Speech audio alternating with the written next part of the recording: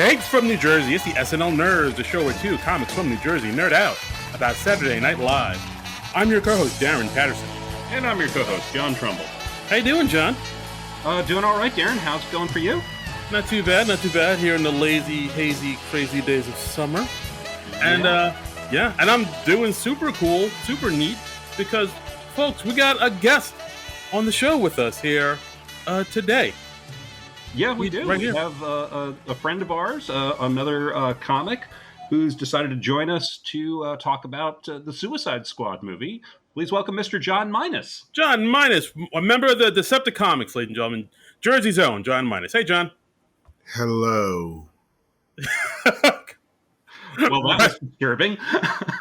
Right at the gate. All like I'm trying to keep everything light and up, and you just bring it down to the gutter.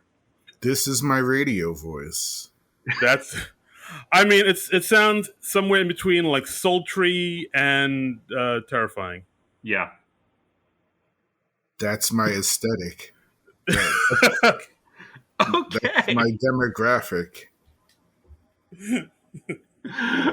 People who are aroused and afraid. Those are the women I try to attract. Okay. Well, I mean, speaking of aroused and afraid, you're in the right place, because we're going to talk about new movie that just came out this weekend, The Suicide Squad. Yeah, and since this has literally just came out, it just opened on Friday the 6th, we're going to keep it sort of general discussion at first and then get into spoiler territory a little later on. So even if you haven't seen the movie yet, you can at least listen to the beginning before we start spoiling stuff. But the spoilers start pretty early in the movie. I think that's safe to say. Yeah, I mean, we're going to try to keep it spoiler-free for the first few minutes, but it's kind of hard not to talk about it without getting into spoilers. But we're gonna try to make it because we want everybody to be a part of this podcast, all inclusive. And of course, because the SNL connection with this movie is that Pete Davidson stars in it as one of the characters, a blackguard. So, John, why don't you tell us what's your SNL origin story? How did you start watching the show? Are you a big fan of the show? I am a big SNL fan. I haven't watched it like I used to, but I'm not one of those, it was better in the 90s people. Like, I despise those people. But ever since Cartoon Network started Toonami on Saturday nights, like, I'm kind of more into anime than SNL, so I've been watching that. But I still watch sketches and stuff. I still think people are good. I still think there's classics. I mean, Black Jeopardy is a more recent sketch that was brilliant. Yeah, with Tom Hanks. There's one I like, and honestly, there was the Tina Fey, Amy Poehler episode in the last few years, and it was. I can't remember the premise, but it was men and the women they cheated with. Meet Your Second Wife? Yes, Meet Your Second Wife, yes. And the one lady came out, and I remember that one because the one person was a graduate of Rutgers, so obviously I remember that. But she was pregnant, and the guy was like, "Oh, well, this at least is an adult woman," and they were like, "She's pregnant with your second wife." I was like, "Oh." Yeah. So it's not like there hasn't been good stuff in the last few years. Yeah, that was an instant classic as far as I'm concerned. I mean, like we've talked about it. That Meet Your Second Wife sketches, for me, that is like 5 stars. Like everything about that sketch was perfect. Not even near perfect. It was a perfect sketch. Yeah, and it had a real point of view to it, which is what I loved about it. But it was also funny as hell. Right. And like when I was little, I used to watch back when Chevy Chase and Jane Curtin were doing Weekend Update, and he's like, "Jane, you ignorant slut." Like, I'll still say that sometimes. Like, I'm a big Jane Curtin fan, and I know there's not a lot, but I thought she was amazing. I watched all of Third Rock from the Sun. Mm-hmm.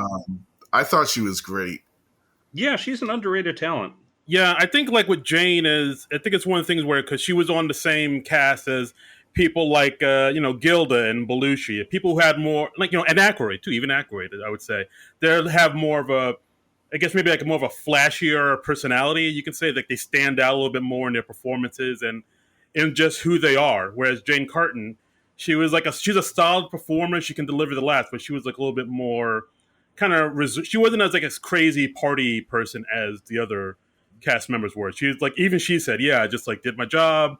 I didn't even hang out that much with the guys. I just kind of went home to my husband and that was it. She was, but yeah, she is one of those people who does go under the radar just because they're not as maybe showy and as flashy as the other cast members. I would maybe kind of put her in the same category as like a Nora Dunn, where like she was another great performer, but she wasn't as she kind of fell to the wayside towards the more bigger personalities.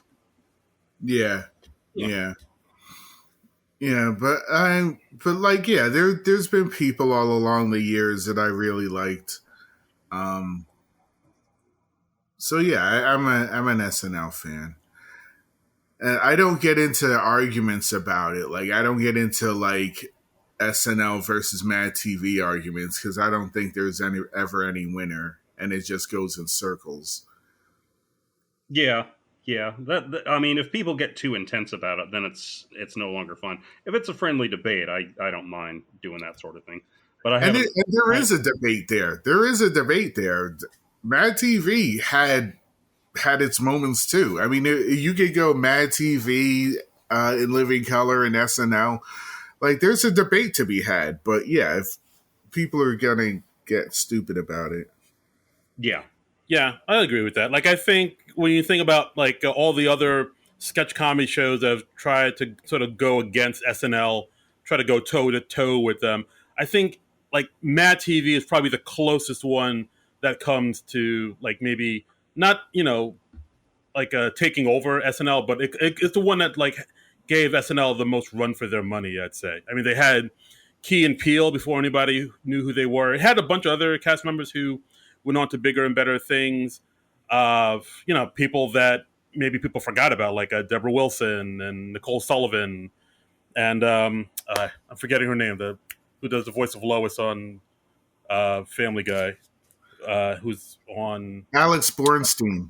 Yeah, thank you, Alex Borstein. Like they had like a solid cast. Will Sasso, who's like Will Sasso, is super underrated, but yeah, like I would say Mad TV came pretty close to like really giving SNL a run for their money. I'd say. Mm-hmm. Yeah, I honestly just didn't watch too much of Mad TV, so there's still like large chunks of it I'm not too familiar with it.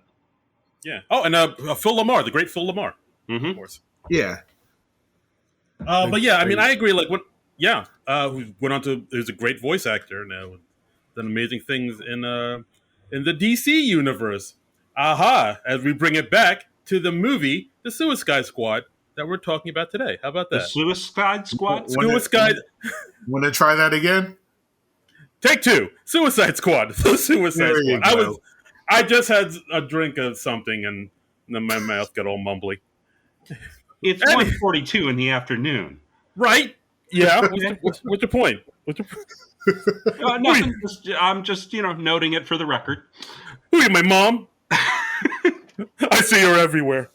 I know I'm your sponsor. So I mean, we're either now, Darren. I know you haven't read much in the way of the comics. I'm assuming you saw the first Suicide Squad movie. John, have you read? I know you're a bit of a comic book guy. Have you read the Suicide Squad comics? I don't read DC, and I want that to sound exactly how it sounds, but. Everything I know about DC, I know from the cartoons. I actually have one of my friends who is like, John likes comic books, got me a DC encyclopedia because they just know comic books and they didn't know that I only read Marvel. But it's actually come in handy. But yeah, no, I'm a Marvel guy, but I've watched every DC animation I have access to. None of these people are in any of the animation. So yeah, James Gunn he chose some particularly obscure characters from the DC pantheon and for this movie. that's what they do for these movies, right? That's For the Suicide Squad, yes, in particular. I mean, it's kind of a brilliant premise where it's basically like the Dirty Dozen with supervillains, where you got all these supervillains who are in prison, and the government takes them, and they're like, "Hey, we're going to take you, and we're going to have you run these black ops missions." And in the movie, they say, if you successfully uh, complete the mission, if you survive, we'll knock 10 years off your sentence. And it's a cool thing because I mean it explains one, how these villains keep getting out of prison so quickly, which is cool, and it also helps build them up as credible threats on their own, so they're not just like always these people who are defeated by the heroes. So it gives the villains a lot more development too. So it's very cool, and it's something that the writer John Ostrander came up with back in the 1980s. Yeah, absolutely. It's a great concept. But yeah, I remember watching I mean, like you said, like I'm not a huge comic book guy. I'm more into the movies. Mm-hmm. So when I did see the first Suicide Squad, the 2016 version of the David Ayers version, I was kind of coming in fresh. Like all I knew was I knew Harley Quinn and Right. the Joker. Now it's pretty much it. So when I went in to see it, I was like, oh, these are a bunch of interesting folks. Yeah, like most people, I wasn't too wild about that movie. Um, I mean, we could talk about all day about like what The was first wrong with movie it. has its problems, I think it's fair to say, and even the writer and director David Ayer, he said like the movie that as it was released, that's not my movie, because apparently there was a lot of studio interference with it, and I think you can tell that just by watching the movie. I mean, the first movie, I remember it introduced most of the main characters twice in the first 20 minutes, and it's just like, okay, well, no one's really steering the ship here, you know? Yeah, no, that was the thing that really tripped me up the first time I saw it. Where, like you said, like they spent a good almost too much time introducing the characters. Like, hey, here's so and so. He's got a crazy backstory. Hey, look at this guy. She's got a crazy backstory. And it's like, can we just start with the mission already? Like this, Yeah. this needs to be chopped down, some man. And that was something that I liked about this movie. I mean, this movie, it's sort of a semi-sequel, semi-reboot. Like James Gunn, the writer director, he's just said like it is what it is. He's used some of the characters from the first movie, played by the same actors, but he really just dives right in, and I really appreciated that. It hits the ground running. Yeah, the first movie, it had its problems. There was some good stuff in it though, so I'm glad that they gave it another shot. It used to be that if you tried to adapt a comic book into a movie or a TV show and you did a bad job with it, that was it for the next 20 years. And now you can you get another turn at bat much more quickly now. Right. Yes, John, what do you think? I noticed that both movies were driven by little black girls. Yeah. Like, Girl Magic. like Deadshot's. Wait, it was Deadshot, right? Deadshot in the first movie, who is Will Smith's character. He has a daughter that and we find out early on that he's doing all his crimes. Well, for it was the the most ridiculous. What was it even for her? I thought he was mad because Batman beat him up in front of her while he was doing crimes. Yeah. But I mean, I think the reason he was doing all his crimes was just to take care of his daughter, to make sure she was financially secure. I can't remember what happened to the kid's mom.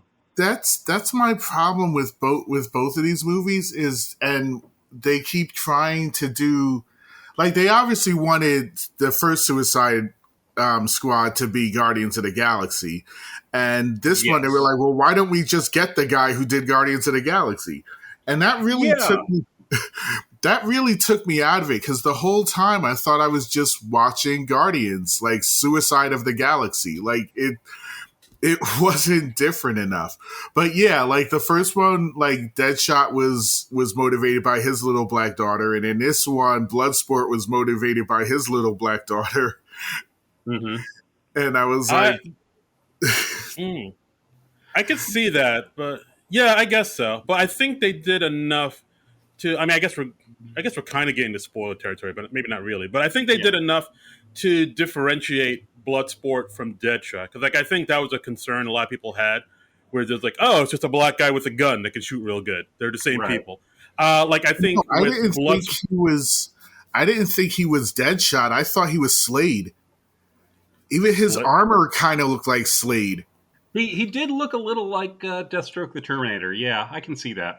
But Bloodshot is his own character. He was introduced in like the mid '80s after John Byrne revamped Superman. He like when John Byrne was taking over Superman, he was saying like, "Oh, Superman has to be a little more Dirty Harry and a little less Mary Worth." And the mainstream media that was covering it kind of twisted that into Rambo instead of Dirty Harry, because that was a more current reference at the time. And John Byrne got a little PO'd about that, so he decided to create a Rambo type villain for Superman to beat up. And in the comics, Bloodsport does actually shoot Superman with a kryptonite bullet. That happens in Superman 4 from like 1987, if I remember correctly. Oh wow, nice. So yeah, but I think that Idris Elba's character of Bloodsport, he did start out as a rewrite or a reuse of Deadshot from the first movie, Will Smith's character, but they decided to keep Will Smith couldn't do the movie because of scheduling issues. And they decided to give Idris Elba a new character to play and keep Deadshot open for Will Smith to possibly return to. And, you know, if they make a sequel to this movie, which I'm assuming they probably will, I can't imagine that Will Smith wouldn't want to return at some point. Yeah, why not? And yet, actually, John, to your point about this being a lot like Guardians, I don't know. I don't know if I totally agree with that. Just because, like, I was watching this movie kind of expecting it to be like Guardians, and I think what I got was something a lot more darker, a lot more bloodier, a lot more disturbing, and just straight up more weirder than what I thought it was. I mean, we'll talk about it in a bit, but like there were like some scenes where there were like some scenes where I was like kind of uneasy and squeamish about it. I was like, oh yeah. I was like, clutching my pearls. I was like, the movie definitely earns its R rating, I would say. It gets pretty gory. It gets pretty dark. Yeah, like, I mean, I've heard a lot of people say, like, if you're expecting the James Gunn from Guardians fame, you're not going to get that. You're going to get the old James Gunn, who worked on Troma films, and the James Gunn that did Slither, which, I mean, I never saw Slither, but I hear it's pretty gnarly. Like, you're going to get like that James Gunn in this film. So like that's kind of something that kind of popped in my head when I saw this film. I was like, oh, this is the real James Gunn I'm watching here as I watch it. It probably felt good for him. Yeah. I mean, he said that he had the best time doing this film than anything he's done. And he's getting, like, I think the best reviews of his career. I mean, people seem to be responding to it really positively. And I think this film really worked. I honestly just loved it because I think it's a nice testament that just you get good movies by hiring talented people who know what they're doing, and then you get out of their way. And apparently this movie did not change that much. They didn't even do any rewrites or reshoots on it, which on a blockbuster of this level, that's really unusual. That's almost unheard of. Yeah. But I think it shows. I mean, this is a movie that knows what it is, it knows what it wants to do, and it does it. And it's like balls to the wall. And I really love that. Oh boy. All right. So should we get into it? Like, spoilers and all, or? I guess so. This really is a tough movie to discuss without getting into spoiler territory, because the spoilers start really early on. Like, I mean, 5 minutes into the movie. So I think, from here on out, I think we're going to have to say spoiler territory. But bottom line for me, I loved it. I highly recommend it. Go run out and see it. And after you see it, listen to this podcast.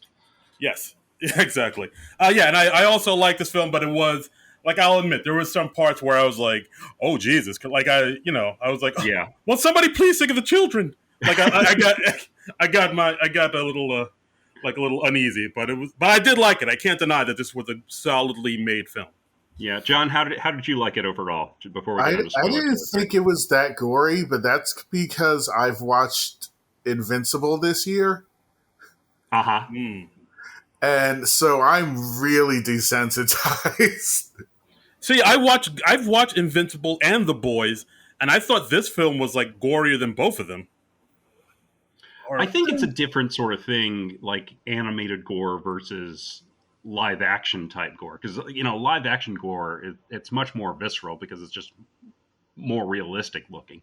Animated gore is just by definition kind of stylized, so you have a little more distance from it, I think. Yeah, I was very cynical about this movie. I thought that everything I thought would happen happened, and that was kind of annoying. And like I just couldn't get I kept thinking, oh, so this is what an R-rated Guardians would be like. And Guardians isn't unviolent. It's not a peaceful movie. There was a 10-minute scene of Londo like murdering. Like there's dead bodies falling from the sky. It's really not. It's pretty violent too, just without the blood. Yondu, you're talking about? Yondu, yeah. Yeah, Michael Rooker's character. Speaking of which, yeah, I know, but it just didn't feel that different to me. And I know it's the same director, so it shouldn't feel that different. But I don't know. It was okay. It was definitely the best movie they did, but it kind of disappointed me that they had. It was kind of like when somebody sucks in school and they finally do well, but it's because they copied off somebody else's paper. Oh wow! Okay. Okay. So you're thinking like DC is copying off of Marvel's paper? Well, like those who can't do steal from the guy who can do. Well, I mean, I think it's not that they stole him. It's not that they stole him, but you know what I mean. Yeah, I mean he's a free agent, and I think it was a really sharp move for DC to get James Gunn when they did. He had the whole stupid brouhaha a few years ago about some people like who were out to get him, like they unearthed some of his old tweets, which he'd already apologized for in the past, and so he was fired from Guardians 3 for a little bit, and fortunately he got his job back with Marvel, but that created a gap in his schedule that allowed him to do this movie. And it was actually a smart move. It was 100% the smart move. I just would have rather they found their own talent. Yeah, I see what you're saying. Right. And actually, John, and actually, Trumbull, to what you're saying, there was a bit of a nod to that whole brouhaha that James Gunn had with the Twitter in this movie. But we'll get there. What was that? What was that? All right. Well, I'll mention it now. So at one point, you see Rick Flag wearing that yellow T-shirt. Yes, which was supposed to be a nod to the yellow T-shirts he wore in the comics. But on his shirt, there was like this drawing of a cartoon rabbit holding up a sign in Spanish. And like the sign in Spanish says, obstacles are opportunities. And that's neat. Okay. And people are thinking that's a nod to what happened. And it's also a drawing of a rabbit, which people think, oh, that's kind of like Bugs Bunny, who's like the representative of Warner Brothers, which is putting out the Suicide Squad. So is that like, people think that's like a subtle nod to that whole dust up he got into over his tweets. Yeah. That certainly sounds possible. Yeah, obstacles are opportunities. I like that. That's a nice philosophy to have. Absolutely, a very positive philosophy. So okay, well let's get into the movie. I mean, the movie opens up with Michael Rooker's character, and he's Savant. Yeah, he's just in solitary confinement. He's just bouncing a ball around the walls of his cell, and we see him kill a canary. Just right off the bat, somebody dies. Yes. Yeah. Is he a Batman villain? Like was that a reference to like Black Canary or something? I think he was in the Birds of Prey book, if I remember correctly. Honestly, Savant is like a lot of the characters in this movie are on the obscure side, so some of them I'm not too familiar with, and Savant is one of them. Yeah, I'm looking up now. Yeah, he was like a member of the Birds of Prey and Suicide Squad. He's like a really obscure, comic book guy. Yeah, almost everybody in this is, but yeah, like I was like, oh, it's Bullseye. Yeah, That's kind of pretty like much that. Yeah, that's how they introduced Bullseye in that's how they introduced Bullseye movie? in the Daredevil movie. Yeah, mm-hmm. but Yeah. like I mean, he doesn't kill the kid. I'm sorry. I didn't give the movie too much flack for characters being like Marvel characters, because that's what DC and Marvel do all the time. So I mean, yeah. So it's like, I know that wasn't the movie. Yeah, they copied each other's characters all the time. Like I actually had to Google Thinker, and because I couldn't remember if Thinker was Google. I mean, was the leader. No, the Thinker, the character goes back in one form or the other to the Golden Age, to like the 1940s. So he goes way back, before there was even a Marvel Comics. But I mean, a super smart bad guy, that's not the most original idea in the world. And it's not like you can copyright a concept like that. So, but yeah, so we see Savant, and he kills the canary with the rubber ball he's tossing around, but he's so good he kills it with like a ricochet shot. Right, he bounces it off a few walls and it hits the canary. So right away you're like, oh shit, this guy's good. He's really deadly. And we see Amanda Waller, who is the head of the Suicide Squad Task Force X, come in, and she comes in and explains the deal. She's like, hey, if you do this mission for me and you survive the mission, you get 10 years off your sentence. Amanda Waller, played by Viola Davis, again, reprising the role. Yeah. And best casting, and some of the best casting. It's definitely the best casting in DC. I mean, I think she was really good. I mean, personally, I would have wanted someone a little more heavy set than Viola Davis, but Viola Davis she's just doing a phenomenal job in the part. I mean, she's pretty great. It's tough to object to her casting at all. Yeah, she's good. I remember Mike Lawrence, just another comic we know. He had posted about the first one. I wish I had seen the movie she thought she was in.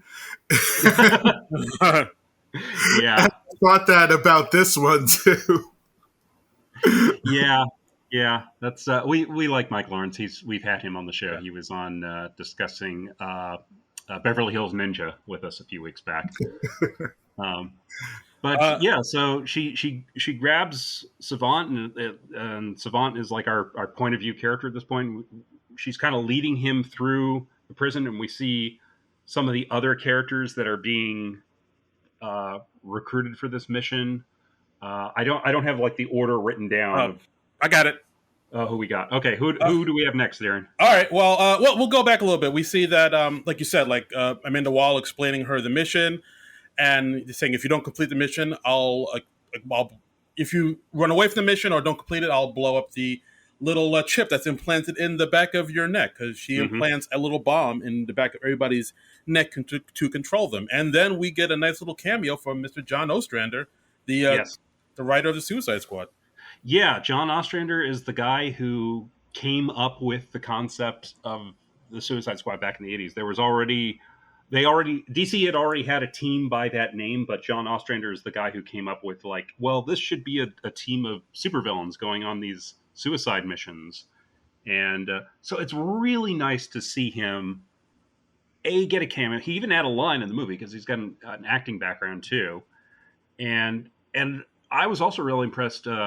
James Gunn was on the Jimmy Kimmel Show with Margot Robbie and John Cena, who are both in this movie as well. And he gave John Ostrander a shout out there too. So I really like that James Gunn is making a point of making sure that John Ostrander's name gets out there too.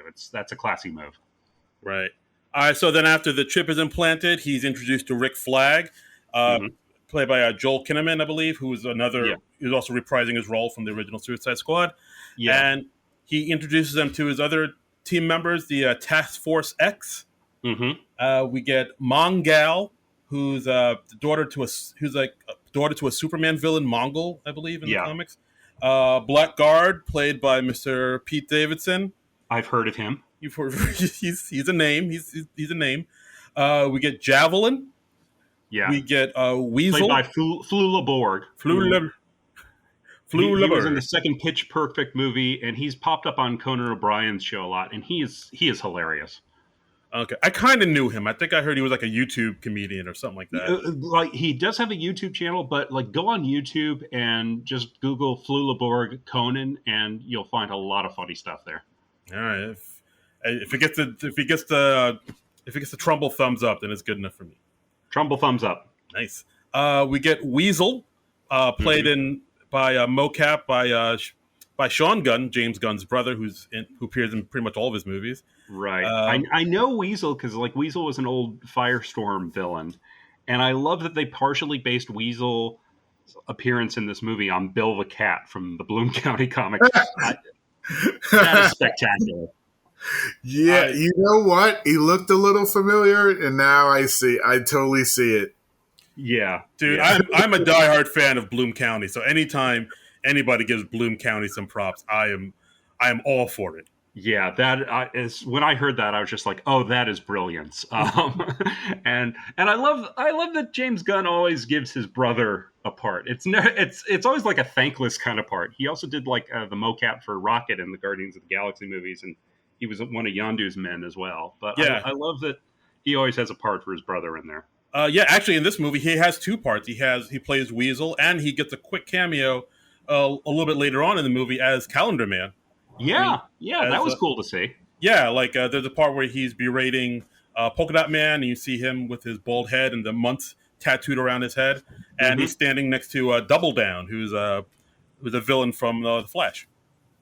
Wow, I don't think I know Double Down. So I mean, he goes obscure. Mr. He Gunn. does. I mean, if he's stumping me on this stuff, and I've been reading the late 70s, like James Gunn has obviously like combed through who's who in the DC encyclopedia to find some of these characters. I know Calendar Man, but I didn't put that together. I guess I didn't see his forehead, but I'd heard of Calendar Man. Yeah. He's in Harley Quinn. He's in the Harley Quinn cartoon. He's in the Harley Quinn show. He's probably best known in comics for being in the Long Halloween series. Yeah, is a year-long mystery where Batman's trying to solve these holiday-themed crimes. So of course, Calendar Man is a natural for that. Absolutely. So also in the task force, we got Jai Courtney reprising his role as Captain Boomerang. Mm-hmm. We got Nathan Fillion as TDK. Yeah, and we got to get, of course, once again, Harley Quinn, Margot Robbie, who, Minus, you mentioned if there's any other better casting than Viola Davis as Amanda Waller. I'd say Margot Robbie as Harley Quinn is right up there. Yeah. Margot Robbie is just freaking killing it as Harley Quinn. I think because she can do the physical see the Birds stuff. of Prey movie. What's that, John? I think because she can do the physical stuff. She really nails the former gymnast stuff. I mean, of course there's, stunt women involved too, but right. I think she's still, she can still realistically pull off her part of the gymnast stuff. And, and that's that helps. She really puts that accent in there. I mean, she's got the voice down. She's got the humor down. She looks the part, absolutely. And I really like the look that they gave Harley Quinn in this movie too. She's got they're going back to the red and black costume motif that she had. They got rid of one of the tattoos that she had in the first Suicide Squad movie. I think. It didn't say damaged. It said something else. I forget what it was, but apparently neither Gunn nor Margot Robbie liked it, so they just got rid of it. Yeah, she still has the Daddy's Little Monster one. Yeah. She had the back of her jacket. They were going back and forth among three possibilities for the back of her jacket. one said "Live fast, die clown," and that was the one they ultimately went with. But the other options were "Clown AF," so like clown as fuck, and this one I think is my favorite: "World's Best Grandpa." I kind of wish they went with "World's Best Grandpa." I think that's hilarious. I'm with you. They should have gone with that, just because it makes no sense. So that's probably my biggest criticism of the film is that they didn't go with World's Best criticism. Yeah. But I'm loving what Margot Robbie's doing as Harley Quinn. Yeah, she's terrific. She's great. Birds of Prey wasn't bad. Birds of Prey was pretty good too. The thing I like about Birds of Prey is that they don't forget that she's a psychologist. Yeah. Like she uses her psychology in the movie too, and I like. I don't know that. Well, me working in mental health, I just really appreciated that. But it's also like, people forget that, she's not a dumb blonde. She's a doctor. Yeah, that can be an easy trap to fall into with her. But I really liked how she was written in this movie. I think James Gunn has a flair for writing insane people. And I liked that Harley Quinn had insane logic that she was operating by throughout the movie. And, we'll get into that as we go. Yeah, I mean, James Gunn, he's even said that when he put together, try and decide who to choose for this, he wanted to go with the more obscure and unknown villains that because he wanted to keep it more faithful to the comic book. I believe he's, according to IMDb, he said, I wanted to stick with John Ostrander's original vision of mostly second-rate antagonists. There's an innate tragic element to supervillains who aren't even that good at being bad. Yeah. And it's also cool because it's like you're building up these characters that people didn't see that many possibilities in, and it really just shows that it is all about the writing, and that you can make anybody interesting if you just put a little thought into them and put a little effort into them. Right. Yeah. Which makes is that pretty much everybody that we have for the mission? Yeah, those are all the people in the mission. So, okay. Minus, you want to say something?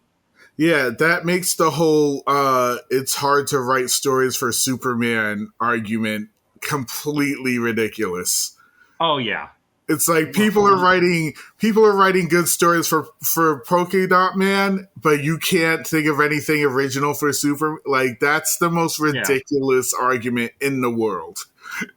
I mean, you can say it's tough to come up with new stuff for Superman just because he's been around for so long. I think that's more of a valid argument. But if it's just like, oh, he's too powerful or he's not interesting, I'm just like, well, you're just not trying. Yeah. Just expand your brain a little bit. I mean, there's all sorts of stuff, cool stuff you can do with Superman. I mean, there's cool stuff you can do with most any character. It's just some characters are tougher nuts to crack than others. But, agreed. Yeah, but we got all these guys. We got a nice iconic shot of all the characters in front of the American flag. Yeah, like Patton striding towards the camera. Like Patton, and so they all get on the plane. We see the Amanda Waller's people, her aides, are all taking bets on who's going to die.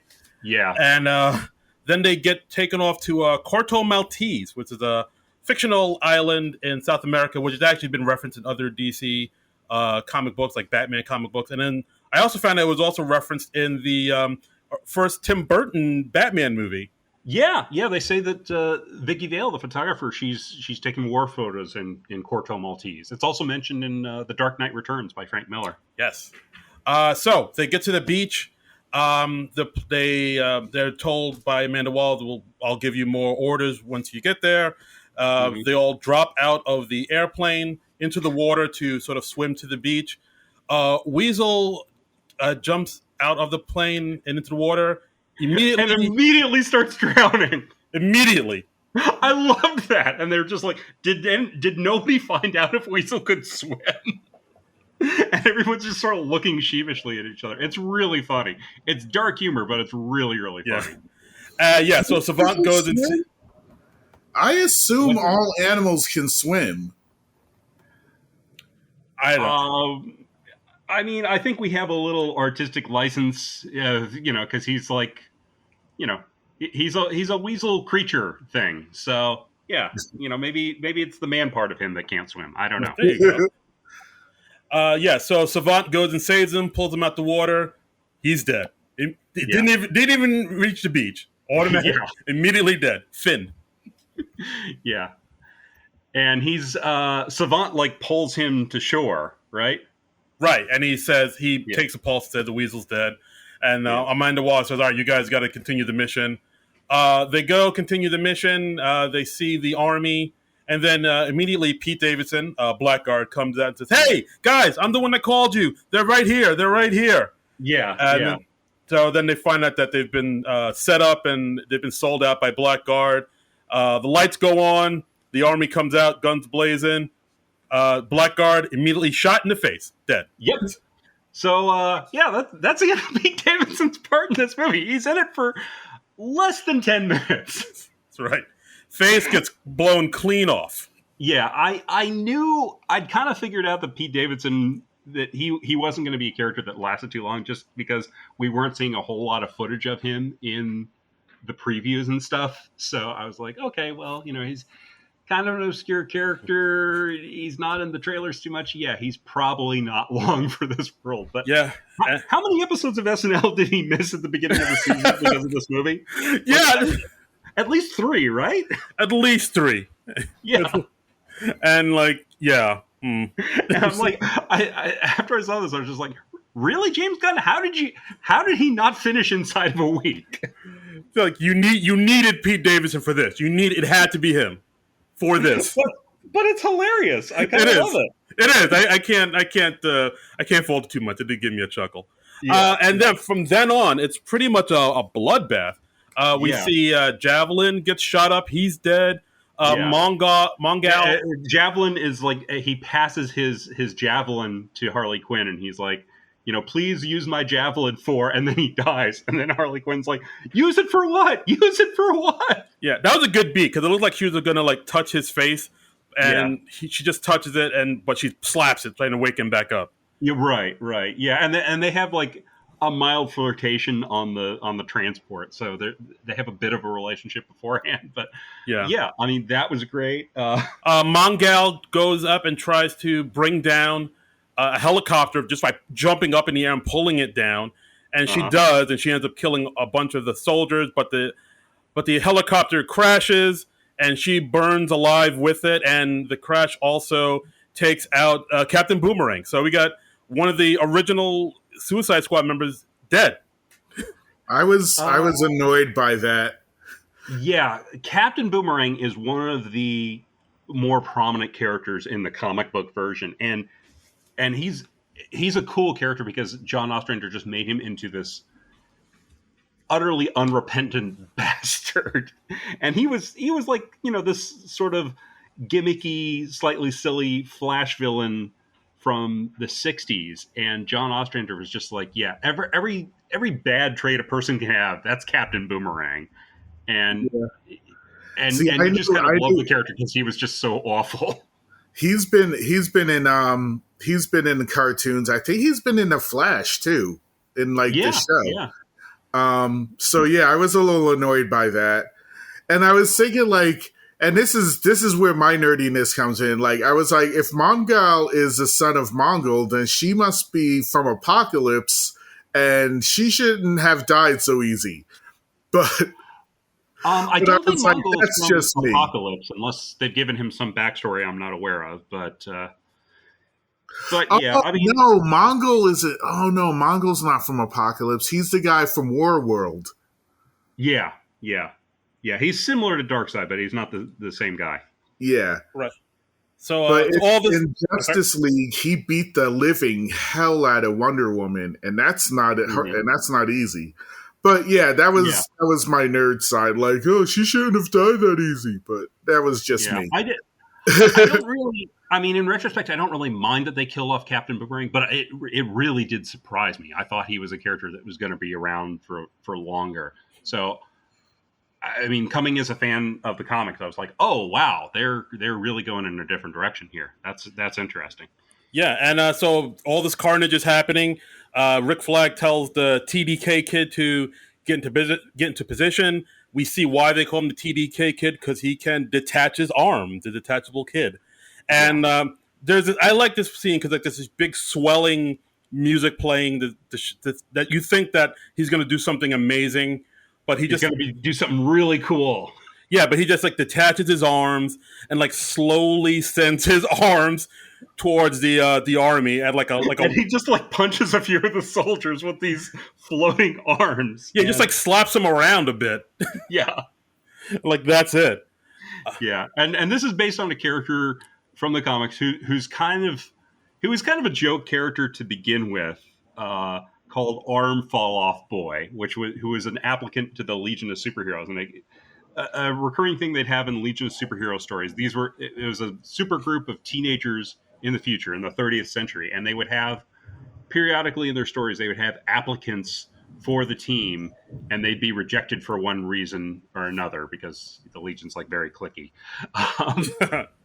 And so usually these characters would display their powers and they weren't too impressive. And in one story in the 80s, they had this character, Arm Fall Off Boy, who literally just had the power of his arms detaching from his body, and then he would beat people with those arms. Sounds like somebody at DC had a deadline and had to come up with a character. Yeah, well, yeah. There's a whole story behind that, and I'm not going to get into that, but yeah, that's Nathan Fillion's character. Yeah. That's just hilarious. And James Gunn has said, Nathan was doing a TV show, so he obviously didn't have too much time to contribute. So we just gave him that part. But that's great. He's also done voice work for DC. Yeah. And James Gunn has also worked with him before. He was in Slither, and he had a voice in Guardians too. I think he was one of the inmates in the prison that they were in. Yeah, and he made a cameo appearance on some movie posters as Simon Williams, Wonder Man, in the Guardians movies, I think. Oh, nice. Okay, so Savant sees all this carnage and bloodshed going on. He sees that, he sees a soldier that's shooting at TDK Kid's arms, and as the TDK Kid writhes in pain, he sees like pretty much the entire team is dead. He freaks out and he makes a run for it. And of course, Amanda Waller sees this and tells him, "Hey, turn back. Don't desert the team." He doesn't hear. He freaks out and he says, like, "I'm warning you, Savant. One more word," and I'm pressing the button. Of course, he keeps going, and blammo! Amanda Waller presses the button. His head blows up. That's the start. That's the start of the movie. And we see a canary come in and like just start pulling it like some of his entrails. Yikes! Yeah, that's the start of the movie. This is like the first 5-10 minutes of the movie. Is most every character is killed off. Yeah, and then we also learn that while most of that team is killed off, we learn that Amanda Waller actually sent another team, Team 2, to the other side of the island to infiltrate it. That's where we see Bloodsport, King Shark, Ratcatcher 2, Polka Dot Man, and Peacemaker. So the first team, the one we've been following, was just a decoy. So to lure out the army, so the other team could sneak in from behind and like do what they had to do. I'm surprised. I was surprised that they sent Flag with the decoy group because he's very important to her. Like, he's one of her best soldiers. Like, why would we send him on to get killed? Like, that part didn't make sense. Maybe she was just counting on him to survive or something. I mean, the big thing about Amanda Waller, she's like a chess master, so she does everything for a reason, and she's like thinking at least 3 steps ahead of everybody. So I think she's probably counting on Flag to make it. Yeah, I think the most important part of all that was it showed that her team isn't like, she's a monster but her team isn't. Like, there were a lot of shots of her team, like, giving doubt, like, having looks of doubt on their faces as she was, like, telling them to carry out their orders. Right. So I think that was that was, like, the most important part, because it would be important later. But I think that's why in the Batman's, in Justice League, she always works alone. Because she's a monster. Like, it's hard to find people who are, like, who like can work on that level with, and that are also monsters. Yeah. Absolutely. So now we have the team 2 on the beach. Then we cut to 3 days earlier, where we introduced to Bloodsport, played by Idris Elba, who's Robert Dubois, aka Bloodsport. You see him cleaning the prison, and we find out he's in prison for putting Superman in the ICU with a kryptonite bullet, which is also from the comics. Mm-hmm. Waller wants him to join the Suicide Squad. He doesn't want to do it. She says, "Okay, we'll see." And then we cut to a scene that Bloodsport has with his daughter, played by Storm Reed, and she's visiting him in prison. We see that they have a very estranged relationship, we'll say. Very antagonistic. Yeah, his daughter's gotten into some trouble with the law, and it's basically Amanda Waller's like, if you join the Suicide Squad, Bloodsport, I'll make this go away. If not, she's going up the river and being tried as an adult. And so he's basically screwed. Yeah, I do like this about Bloodsport. Like throughout the whole movie, I've noticed he's doing things sort of begrudgingly. Like that, the whole thing where he's like, "All right, I'll do the Suicide Squad thing just because I have to." Like he's kind of like the reluctant, begrudging hero in a way. Yeah.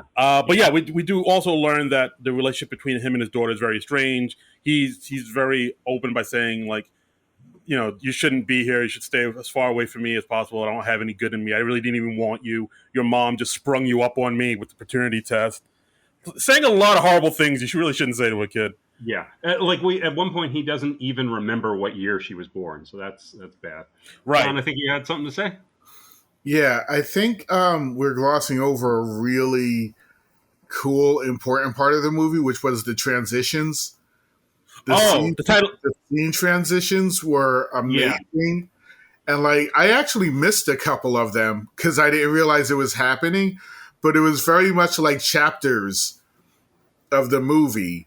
Like you were watching like you were reading a story or reading a comic book with the chapter names and the scene transitions.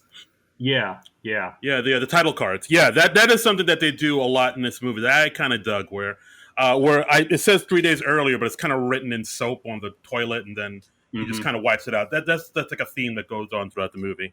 It's really right. And the title of the movie, it came out of somebody's blood and entrails, and it's all sorts of background elements being spelled out in there. It's very much like the sort of thing that Will Eisner used to do in the Spirit comic strip, where you have the Spirit title just popping up out of background elements, and it's really cool.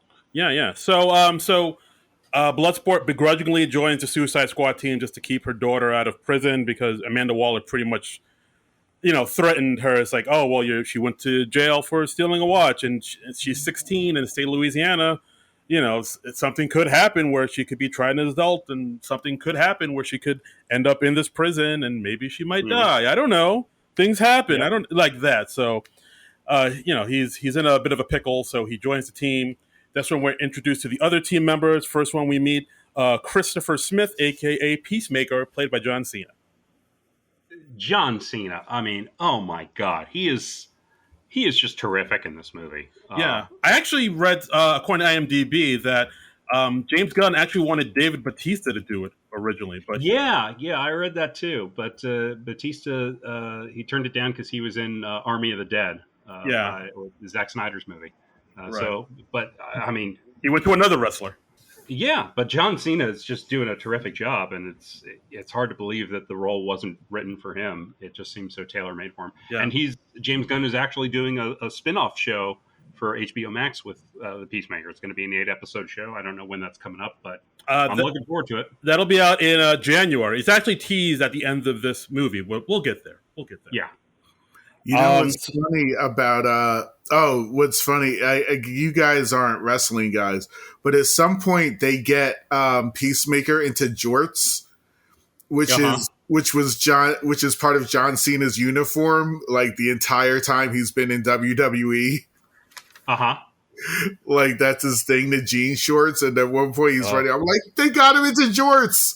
Like he actually looks like John Cena for a second. Like John Cena, the wrestler. But yeah, he's not a bad. the thing about wrestlers is that as actors is that you put them into something close to what they do, close to their character, and like they can nail it. Like he was like Dark John Cena basically in that in that movie, and because he thought he was a hero, but he was awful. But he's awful. Like John Cena's described the character Peacemaker as a douchebag Captain America. I mean, he's just so over the top. He thinks he's Captain America, but he is so not. Yeah. He's more like U.S. agent. I mean, yeah, he says like, I love peace and I don't care how many men, women, and children I have to kill to get it, and that's that weird credo. It's pretty much from the comics. There was. The Peacemaker was a character from Charlton Comics in the 60s, and the tagline was he loves peace so much he was willing to fight for it. Yeah. And as the years have gone on, the character's gotten nuttier and nuttier. Yeah, that sounds like a joke, but we later learned that is not a joke. He really means that. Yeah. And so we see Peacemaker and Bloodsport get into a little bit of a pissing match, like one-upmanship, just right off the rip. Talking about smaller built bullets, about I can kill a person with a smaller bullet that can go through another bullet and hit the target. Like Waller says, like, "Oh, I've picked everyone on this team for their unique abilities," and Bloodsport and Peacemaker are immediately like, "Well, we both do the same thing. What the hell?" Redundant, completely redundant. So because they're both badass guys with guns, they're both pretty much normal people with guns. It would have been funny to have Deathstroke on that team, and all of them come on, what? But I mean, but it's fun. I mean, they're both just such different types of characters that they don't feel redundant. But they certainly have some fun with that, and they have a nice competitive relationship. Right, and we're also introduced to King Shark, aka Nanawe, who is he's a bit of a voiced by Sly Stallone. He's slow motion capped by Steve Agee, and he's like this, like it says, he's a giant shark who's super strong and super deadly, but not the brightest bulb in the shed. No, I loved King Shark, and Steve Agee has another part in the movie as well. He also plays John Economos, who's the warden of the prison that the Suicide Squad is from, Belle Reve, Louisiana. Yeah, Belle Reve. Yeah, like Steve Agee is another guy who works with James Gunn quite a bit, because he was also in The Guardians as one of the not Reavers, one of Yondu's team. Yeah. I think those were the Reavers. He was the second in command guy. Okay. Because I thought Reavers was from Firefly, but I guess it's from here too. Yeah, I think so. Okay. So now they walk their way to the women's side of the prison. We see a quick cameo from a Superboy villain, Kaleidoscope, and then we're introduced to Cleo Cazo, aka Ratcatcher 2, who I've noticed throughout this whole movie, she's always kind of sleeping or being woken up. Yeah. They were like, does she have narcolepsy? Why is she always she's always being woken up, or she's like a heavy sleeper. I don't know if that's a thing. It's interesting. I saw someone who posted on Twitter who was like, the fact that she's half asleep through most of the movie makes her the most relatable character to me. So I really like that. That was cool. It's like she always just had a heavy meal of ribs and fried chicken. I've got the itis. But we learn Ratcatcher 2, her big power is that she can control rats. She has the power to, summon an army of, like Wilfred or like Willard or whatever, who can summon an army of rats at her leisure. And then we're introduced to Abner Krill, played by David Dalmatian, who's a polka dot man. And I think, and Peacemaker jokingly says, "What's his special power? He throws polka dots at people." Everybody waits a beat, and it's like, "Oh, does he really throw polka dots at people?" And yeah, sure enough, he does. Yeah. Yep. and the Polka Dot Man is actually a obscure, goofy Batman villain from like the 1950s. So yeah, he's from the comic books. Right. So then after the team gets together, we learn about what the mission is. We learn about, Corto Maltese, which we've talked about, small island off of South America. It was been ruled by the Herrera family for decades until a military coup came in and took over the island, headed up by General Silvio Luna and his second-hand man, Mateo Suarez. And they destroyed pretty much everything having to do with the Herrera family and executed the entire family in the public square. And we see an entire family, including children, hung up in the square, that was the first thing that was like, oh shit. That's one of those things that made me like be like, oh shit, this shit just got real. Well, yeah, they don't mess around with those coups. Nuh-uh. Yeah. No. So then after that, Amanda Waller tells them about Jotunheim, which is this scientific experiment facility on Corto Maltese, that's surrounded by the army. And there's something in there called Project Starfish, and they want... This was a moment where I would just... Yeah. When they introduced Jotunheim, I was like, oh, yay! Because Jotunheim, in the first comic book storyline with the Suicide Squad in the comics, they break into a facility called Jotunheim. And it's a little different than what we see in the movie, but I was just like, oh, cool. I didn't know I was going to see that. And so that made my fanboy heart happy. Yay. I'm so happy, man. So Amanda Waller tells the team, there's something in there called Project Starfish. I want you to go in there and destroy everything having to do with Project Starfish. And, they ask, well, how do we get in? Then they say, well, you're going to get in with this guy's help, Gaius Greaves, a.k.a. the Thinker, who's in charge of Project Starfish. And then they show a picture, of course, of the Thinker, played by... I forget it. Peter Capaldi. Peter Capaldi. Doctor Who. Yes. That made me happy. That made you clap your hands. I love him. I was the whole time I was imagining he was like some version of Doctor Who. The Doctor Who that stayed alone too long and went crazy, because that's what happens when Doctor Who stays alone too long. So that made me a little happy imagining he was Doctor Who. Yeah. Oh, this is a dark version of Doctor Who. And he was screwing with an alien, so. Oh. All right. There you go. It all connects. The dots connect. But yeah, so they say the Thinker, he hanged out at this gentleman's club. I want you to go there, interrogate him or capture him and do whatever you got to do to get you into Jotunheim and destroy everything having to do with Project Starfish. And that's their mission. Cut to, we see that not everybody from Team 1 was murdered on Corto Maltese. We see Rick Flag is still alive. We see Harley still alive. Harley, like you said, takes the javelin, gets captured by the Maltesian army, and Rick gets captured by this group of rebels that are in the jungle. So then we cut to the Team 2 camping out for the night, trying to get their way to the Thinker, where we see firsthand that Abner, Polka Dot Man, has these glowing sort of bumps and welts all over his face, and then we see him sort of going off into the jungle and have something happening, and then he coming back normal, which we'll get into a little bit later. He basically has to expel these things, these polka dots. Before they build up in his body, or they'll destroy him. So he has to do that twice a day, we find out. Right. I don't know if expelled means vomit or poop or maybe both.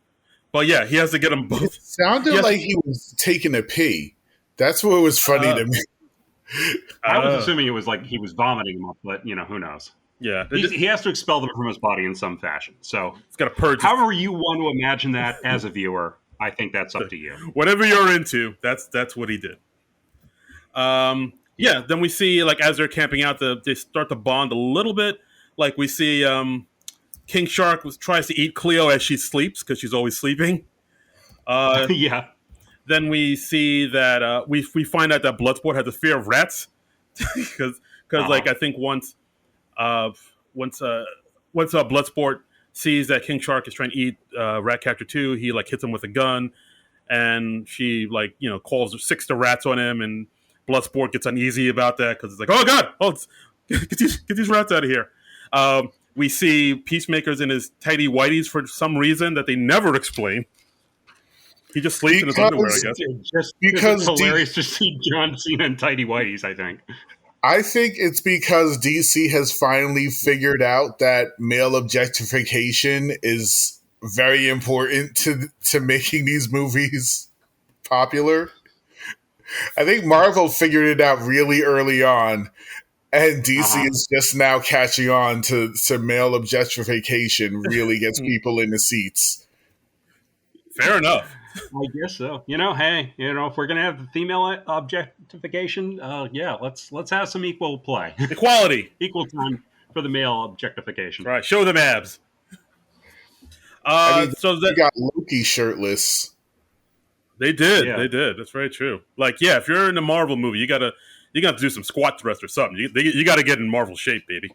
Yeah, exactly. Yeah, Marvel shape is a thing. Marvel shape is its own category of in shape. Yeah. They made Kumail Nanjiani yoked as hell. Yeah. I mean, my God. I did not see that coming. All right, so Waller finds out that Rick Flag is actually alive. He tells Bloodsport and the team to go get him. They find out Bloodsport and Rick Flag have a history. They know each other. They served in special forces in Karak, which is another fictional town mentioned in the DC comics. Yeah, that's basically their DC stand-in for Iraq, or it's sort of their catch-all terrorist nation, right? In DC, right. So Amanda Waller gives them the coordinates, tells them to terminate their captors with extreme prejudice, says they're dangerous, ruthless people, and then we get one of the most insane scenes in this film where Peacemaker and Bloodsport just kill off an entire camp of just innocent, unarmed people, and this sort of one-upmanship type of rivalry, and it's something else. I did not expect to see this in the most heinous ways possible. It's something to see. Like at one point, Peacemaker is like stabs a man who's just sleeping in bed, and yeah, Jesus, I was like, Jesus Christ! Like at one point, Bloodsport sets a man on fire who's like, no, don't set me on fire. I was like, oh God, this is brutal. Yeah, and it's sort of a back and forth between Peacemaker and Bloodsport, as like who can kill them more, or who can kill them more heinously, and it's it's something to see, man. Yeah, I think at one point the two of them get into like a drawing match where like Peacemaker kills a guy behind him without looking, and then Bloodsport says, "Hey man, no one likes to show off," and then Peacemaker says, "Unless what they're showing off is dope as fuck." Yeah. I don't know why that made me laugh, but it did. And then at one point, we actually see Polka Dot Man kill some people too, like that are up in a tower. And Polka Dot Man says, like, I don't like to kill people, but if I pretend they're my mom, it's easy. Yes. And then Bloodsport's like, whoa, TMI, man. Whoa, what the fuck? Yeah. And that sounds like a joke at first, but then we go back and we realize it comes from a very real place. But we'll get there. Polka Dot Man's got a bit of a Norman Bates thing going on. Yeah, at one point, Peacemaker actually does call him Norman Bates. Yep. Which is hilarious. So, sorry? No, I was like, I like when, I forgot who this is, I thought you were the crazy one, and he's like, I am. Yeah. And it's true. He is as crazy as Peacemaker is. They're all crazy in their own way. I mean, there's a bit in the briefing scene early on in the movie where Ratcatcher says something like, "Oh, we're all gonna die," and Polka Dot Man just turns and goes, I hope so. And, it's just, these are not mentally healthy people. No. So then the team goes in after killing off the entire camp of people. They find Rick, having tea with the head of the rebels, Sol Soria, and then they find out, oh no, this is the rebels. They helped me escape. They helped me escape. They're actually here to take down the general that's in power. They're the good guys. It's just very awkward because they literally just killed off everyone at the camp, and Rick Flagg's just sitting peacefully inside the tent and having tea, and he's like, "Wait, why didn't we know you were coming? Why didn't you let us know? Why weren't we alerted?" And they're like, we don't know what happened." It's such a weird shift in tone because we've just had all these like brutal, horrible kills, and then it clicks to this where it's like, oh, these were the good guys. Oh, yeah, yikes! But it works. I think it works. Yeah. I mean, James Gunn, he can just nail those shifts in tone, man. Right. So I wonder if Amanda knew. Yeah. Possibly, but didn't care. I mean, she did tell them. Yeah, she did tell them. She did give them bad intel, saying just go in there. They're ruthless killers. So maybe she did know. Mm-hmm. But I don't know. It's interesting. So Sol Soria, even though they killed off her whole army of rebels, she still agrees to help them because Luna and Suarez murdered her family. So she said, "I will get you to the Thinker and take them down. No matter what." Then we cut to Greaves, aka the Thinker, gets taken to Luna. The general, Luna finds out because Luna found the footage of Project Starfish. We see the little Starro being taken in by the astronauts, and we see them like kind of posing with it after they captured it, like with thumbs up. Right. Kind of. Starro's literally an alien starfish. Yes. Oh yeah, I should have mentioned that. Starro's an alien starfish. It's like a starfish with a huge eyeball in the middle of its eye, and in the middle we of got a fucking kaiju up in this joint. Yeah, we do. But so the astronauts captured it, took it in for experiments, and then we see them posing with it, like giving thumbs up, like almost like Abu Ghraib type shit. Yeah. Or like it's a fish they just caught, Yeah, exactly. And then we see that the starfish was able to send out spores of itself and attach those spores attach themselves to the faces of all the astronauts, and it become like a hive mind, and that's Starro's big power, basically. Like he can, shoot off spores of himself. The spores will attach themselves to a host, and then it becomes like a hive mind, and the original Starro becomes bigger throughout time. So they were able to take that Starro, bring it to Corto Maltese, and do experiments on it, and that's Project Starfish, basically. And so once Luna sees it, they're like, "Oh, I have something that I could take over the world with this shit." Yeah, son. He doesn't say that, but close enough. But yeah. So then we cut to Harley being brought over to the General Luna, sort of Evita style. Yes. Very, very much Evita style. Yeah. And Luna admits that he's been a big fan of Harley for years. Him and the people of Corto Maltese really love her. I guess, word got around. Her rebellious spirit, they really see her as a hero, and they see her as like an anti-American type of, figure, like type of idol. And she also says, the people, they want me, I'm a bachelor, but the people want me to get married, and I think you'd be a dope wife, because you're anti-American like I am, and it would be a good fuck you to America. So let's do this. It was like, you're hot. Like she didn't hear any of that. It's like, yo, you can get it. It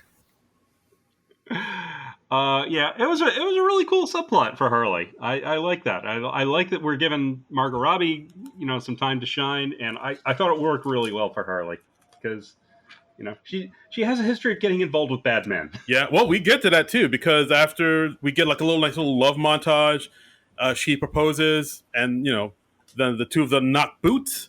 They make the beast with two backs, and after that, we see that Luna looks over out the window to Jotunheim, and he talks to Harley about it, how like it used to be this structure where the Nazis would, conduct these unorthodox experiments, and then the Herrera family kind of had them all killed and took it over, and the experiments of the beast in there helped keep the Herrera family in power in the island. So now that the Herrera family's gone, now I have this. Now I can have this monster do whatever I want. If anybody opposes me, I'll send their children and families to the beast, and no one will fuck with me. And once Harley hears that he's willing to kill children to stay in power, Harley shoots him in the chest. Yep. And she's just like, hey, I've had some bad romantic history, and I've learned certain red flags to look out for, and killing children is one of my red flags. So yeah, you're dead. Look at that growth. Look, she's just growing as a person, Harley. Yeah. And of course, the guy's like, oh, they used to kill women and children, so now I'll kill women and children, like in the same breath almost. Right. But he's killing women. He's killing women and children for himself, so it's different. Right. Yeah. But I love that. Yeah, it's like she's making a healthier choice, but it's the Harley psychopath version of making a healthier choice. I'm like, I'm going to kill this guy because he will ultimately be bad for me. Yeah, we're getting there. It's growth. We're getting there. And I also like the line where she said, "R.I.P. to that beautiful monster in between your legs." Yeah. Harley's great. Pour a little liquor out for that beautiful monster. Yeah. Harley is great. She's fantastic.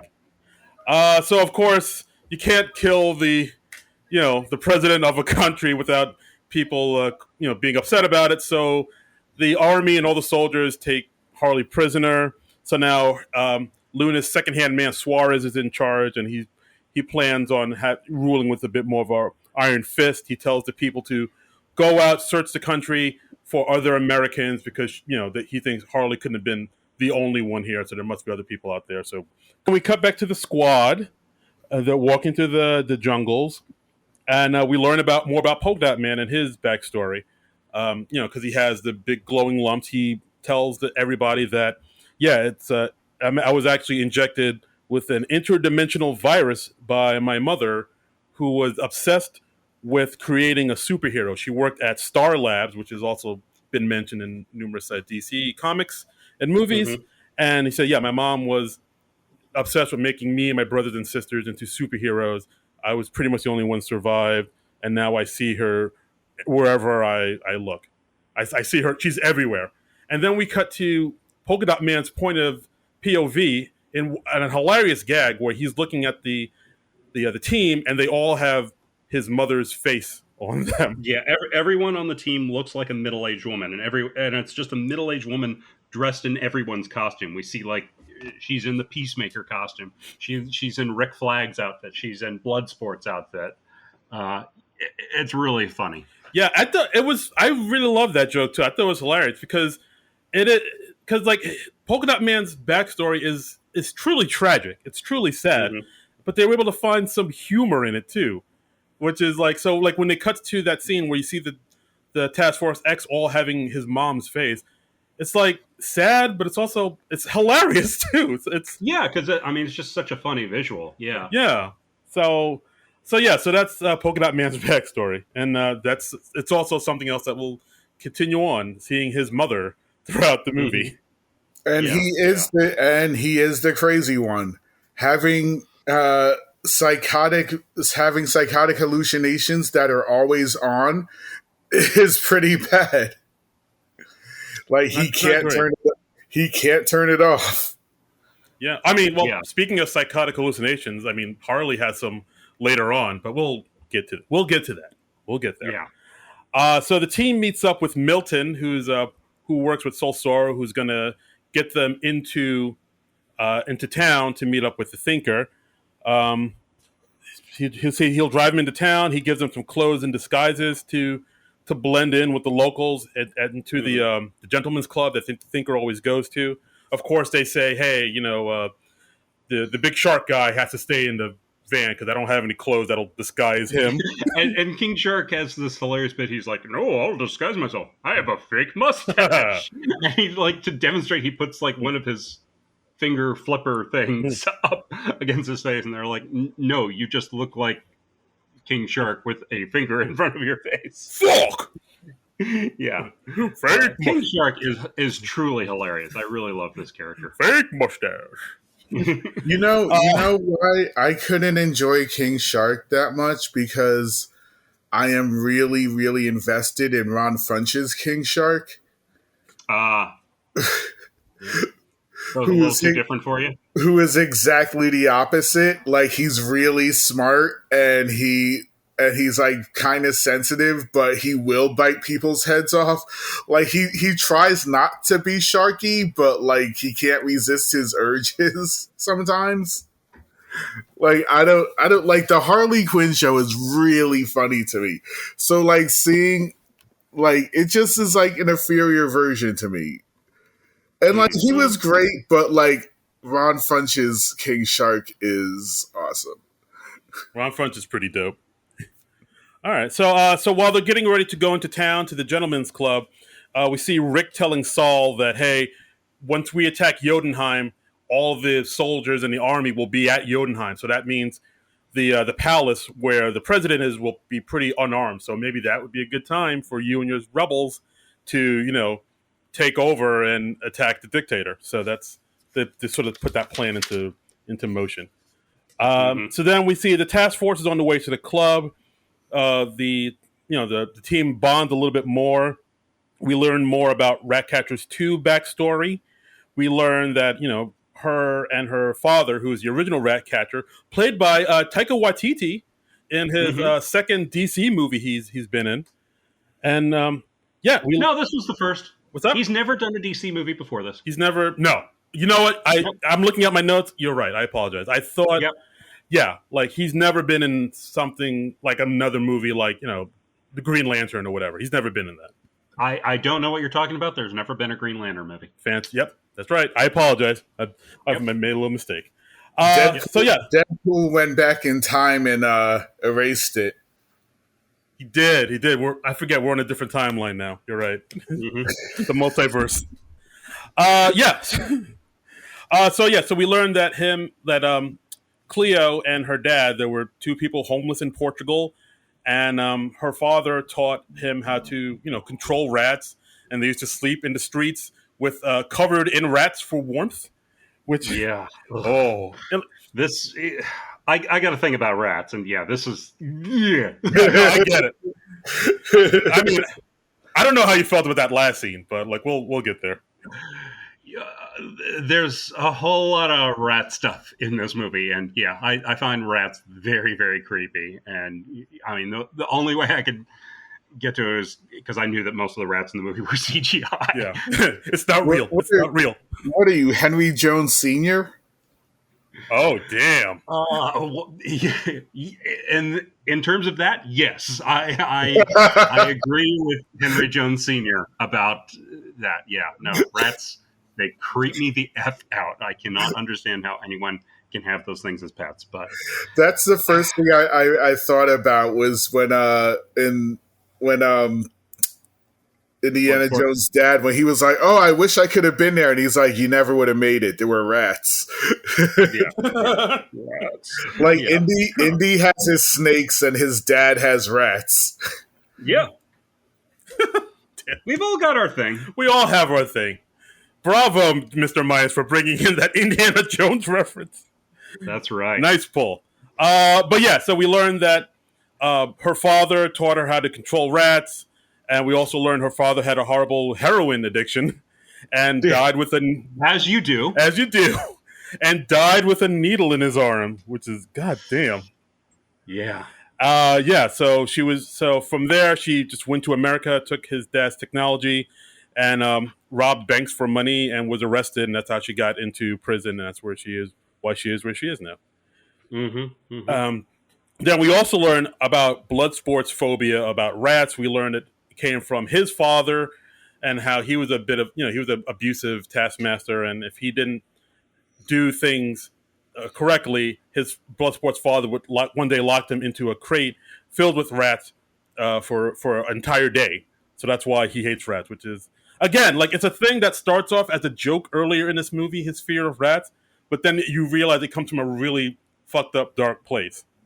Yeah. Which I thought was interesting. And I also noticed there was just one thing where once Bloodsport talked about his dad, they cut to John Cena, Peacemaker, and he kind of gives like a knowing smirk, like And James Gunn has talked about that moment in interviews, and apparently that is going to play into the Peacemaker TV series that's going to come up. Right. I thought there's a reason why Peacemaker identified with that. I thought that too, because actually I did a little research and I found out in that Peacemaker series, Peacemaker's dad is going to be on the show and is going to be played by Robert Patrick. So, we're going to get into a little bit into his backstory too. Terminator 2 Robert Patrick? Yeah, that's right. That's okay. what the timeline says. Okay, so we're at the club, at the nightclub. We get a couple of cameos here. At one point, Peacemaker bumps into a guy at the bar. That guy is Lloyd Kaufman from Troma, who was like, cool. Who's James Gunn's mentor, and I think James Gunn put him in a few other of his films. Like, he's in Guardians too, as like one of the prisoners. And there's one scene where there's these dancers, these women dancers, doing some synchronized dancing, and there's one woman in front with like a red dress and a red wig, and that's Pom Klementieff, who played Mantis in Guardians of the Galaxy.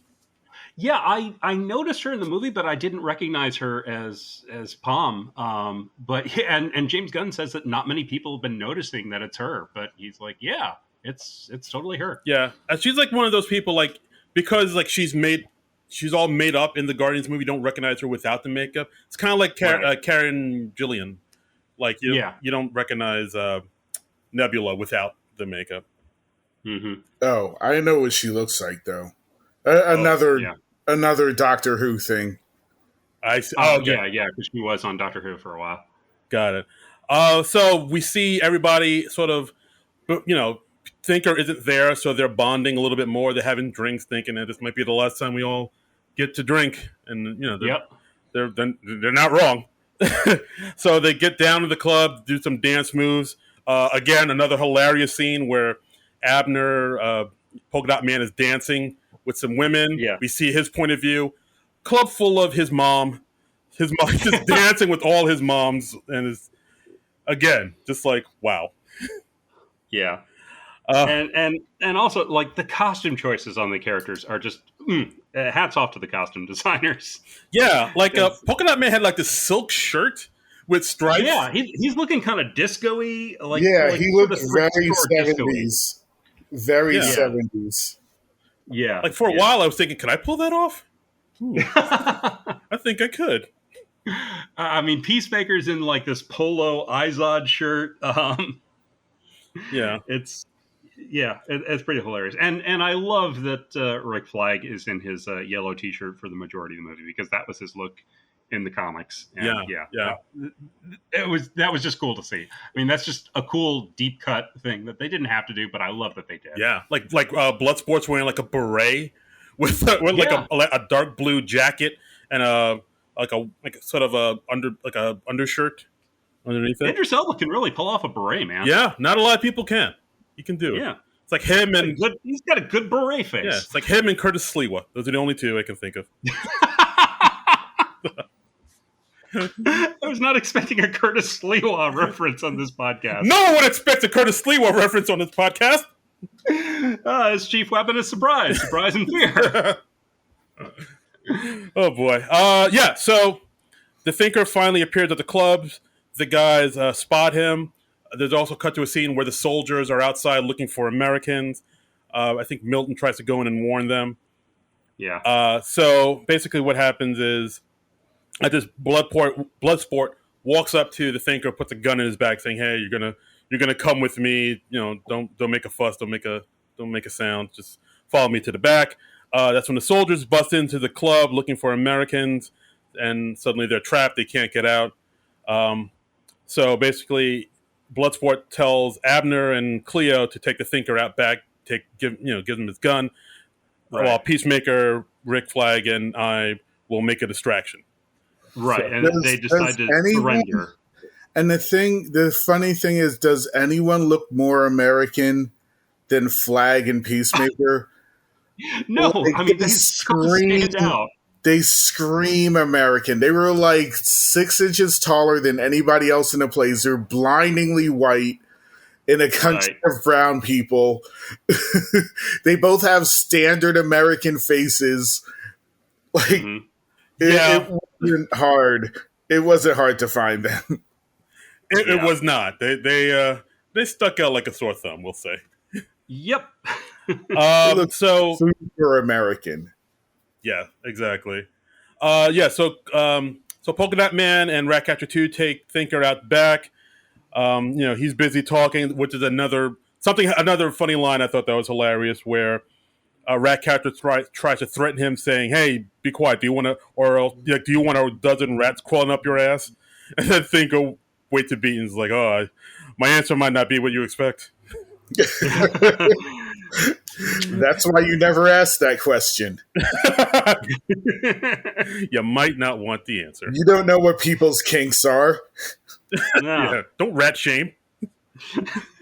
So like you said, Minus, it's obvious from the jump that Bloodsport, Rick, and Peacemaker are the Americans, so they get arrested, taken in a Hummer, and they get driven off. Then we see them as they're on the road, and they're able to make an escape because they're all able to sort of subdue the guys in the back of the Hummer.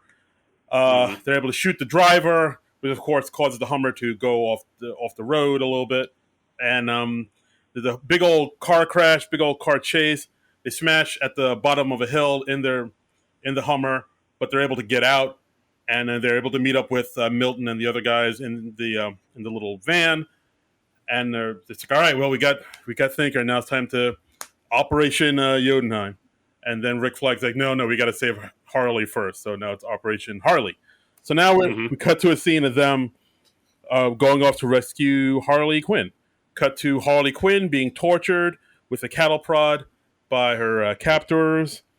What else everybody? Oh, yeah. So, again, Harley is able to get her out of this situation kind of pretty much by herself, because she's able to take out the torturer, escape by using her feet to unlock the key, her feet to unlock the lock that's above her head, because she's tied up by her wrist. Gymnast, yes.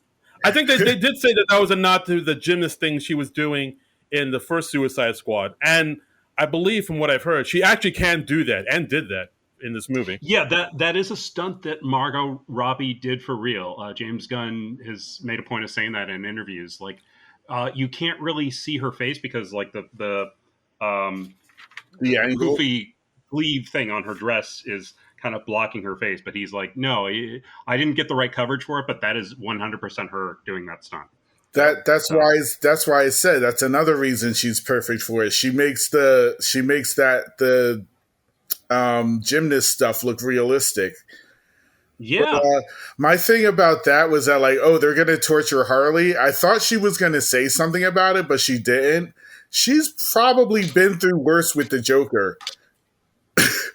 Yeah, that's just foreplay. Yeah. I was just thinking, like, torturing Harley is probably the most fruitless thing you can do. I mean, we see that in some of the flashbacks in the first Suicide Squad film, where he, like, the Joker's literally, like, electrocuting her, and he, of course, dumps her into that vat of chemicals that make him what he is. So yeah, I was just like, really? Torturing Harley isn't going to get you anywhere. Yeah. Absolutely. So again, don't kink shame. Yeah, if you like rats, if you like cattle prods, you like what you like, man. Hey, we're all it's cool. So Harley frees herself, and then we get this insane scene where she shoots her way out while Just a Gigolo by Louis Prima plays in the background. Right. Was a little disappointed it wasn't David Lee Roth's version, but I got over it. I think the Luma Prima version fits the mood of the scene better. Still, the disappointment was there. Wow. And that's a reference because in I know you say you haven't seen Birds of Prey.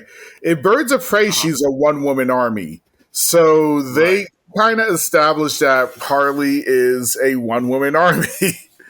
And yeah, I think and like with the colors and everything, I think that is how she sees the world. Yeah, because like when she's doing violence, I think they established that in Birds of Prey too. Mm-hmm. Right, because like there is one point in this very well choreographed fight scene where she's slitting throats, throwing dudes like into walls, like just shooting up everybody. At one point, like we do see like some animated flowers come up from behind her, along with like animated birds, and like that's supposed to be how she sees the world, like all this beautiful, floral, bloody violence. Mm-hmm. Oh yeah, and we should mention more. The fight choreography is top notch, by far the best in any DC movie. Yeah. The fight choreography is amazing. Like, I don't know who... I got to find out who these people are. I know the guy who did Kingsman just passed away recently, the fight choreography. But whoever does the fight choreography for this movie, they need to keep him because the fights in DC movies are awful. They're really bad. But this was art. Like I always say, like some people don't think fights are storytelling, but fights are definitely storytelling. Oh yeah. And I mean, I hate it when it's like it's a badly choreographed or more a badly shot fight in a movie. Like it seems to be trendy for the last decade or so. Is like they do all these quick cuts in a fight, or they get really close up, and I guess it's supposed to duplicate the disorienting feeling of being in a fight. But in a screen fight, you want to be able to follow the action and follow the back and forth of it. I don't think it's fun to watch if you can't follow along. And they do a nice job with the fight choreography in this movie. Yeah, absolutely. So Harley pretty much takes out the entire squadron by herself. She finds the javelin again, picks it up, takes it out, and hops into a cab and puts the javelin through the windows, and she's about to take off, but then she sees Rick and Bloodsport, and she's like, oh, I know those guys.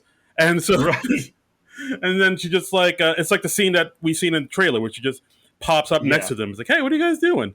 Yeah, they're about to start this elaborate rescue plan, and Bloodsport's starting to like rappel up a wall because they're going to go in through the third floor to find where she's being held prisoner in the basement.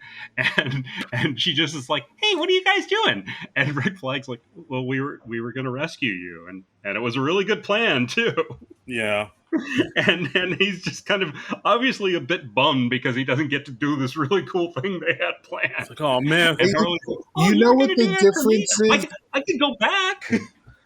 You know what the difference is between this movie and Wonder Woman and Captain Marvel? Especially in Captain Marvel, she would have said something like, "Oh, I saved myself." They would have made it into some girl power moment. But you didn't need to because it was already a girl power moment. She already saved herself. You didn't need to say it. I feel like in Captain Marvel, they would have said it. And I haven't seen Captain Marvel since it was out in the theaters, but I do remember them kind of hitting you over the head with some of that stuff. Like I remember at the end, like when they started playing "Just a Girl" by No Doubt, I was like, okay, really? This is a little too on the nose. But but she already saved herself. You didn't need to bring attention to it. And then her saying, "Well, you could go back." Like that was great. Like it's those things separate good movies from great movies.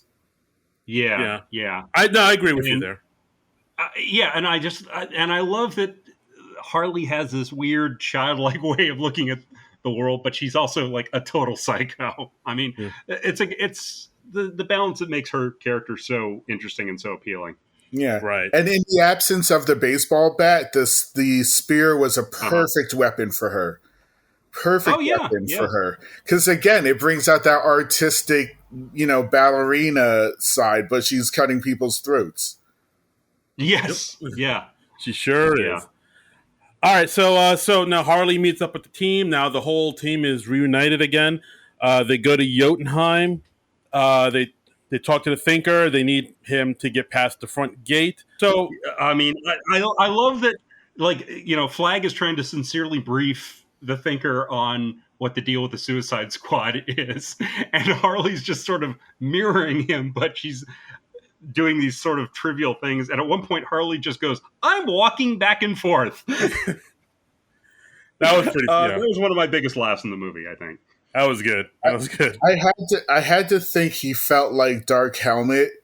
Like, I'm surrounded by assholes. Comb the desert. Yeah, you do kind of feel for Flag because he's like literally the one sane man in this group, and he's trying to keep a lid on all these insane people and keep them from going off in their own directions. Yeah. He's like Kermit the Frog on the Muppet Show, trying to wrangle all the crazies around him. Yeah, I guess so. Yeah. So the plan is have the Thinker drive all of them up to the front gate, get them past the front gate, and they'll need him for his retinal scan. Once they get there, they'll take out all the soldiers that are out front. Then they break off into two teams. Once they get inside, the first team will go up to the Project Starfish. The second team will set up the explosives at the base of Jotunheim and blow the whole thing up. And that's the plan. So cut to them driving up to the gates of Jotunheim. We hear a little Pixies music, which I love because the Pixies are dope. And we see them killing off all these guards. This is where it rains. This is the scene that they show in the trailer where King Shark literally rips a man in half. Because I think from what I heard, like when he gets wet, he becomes stronger, I believe. That makes sense. So that's how that worked out. Yeah. So Dave Gunn has said that shot is his favorite shot in the movie, by the way. It's a pretty fantastic shot. It's a great shot. Yeah. The part of it that is amazing is that it's a sun shower. So and if you've ever been in a sun shower, the sun illuminates the rain. So they're walking from out of the light. They're walking from out of the sunshiny part towards the enemies, and the enemies can't see them because of the reflection. So it looks like they're walking out of the sun. It's very cool. Ooh. Yeah. Symbolic. Like the cinematography, you can't argue with James Gunn's cinematography. Like you can't. Well, you can, but you would be wrong. Right.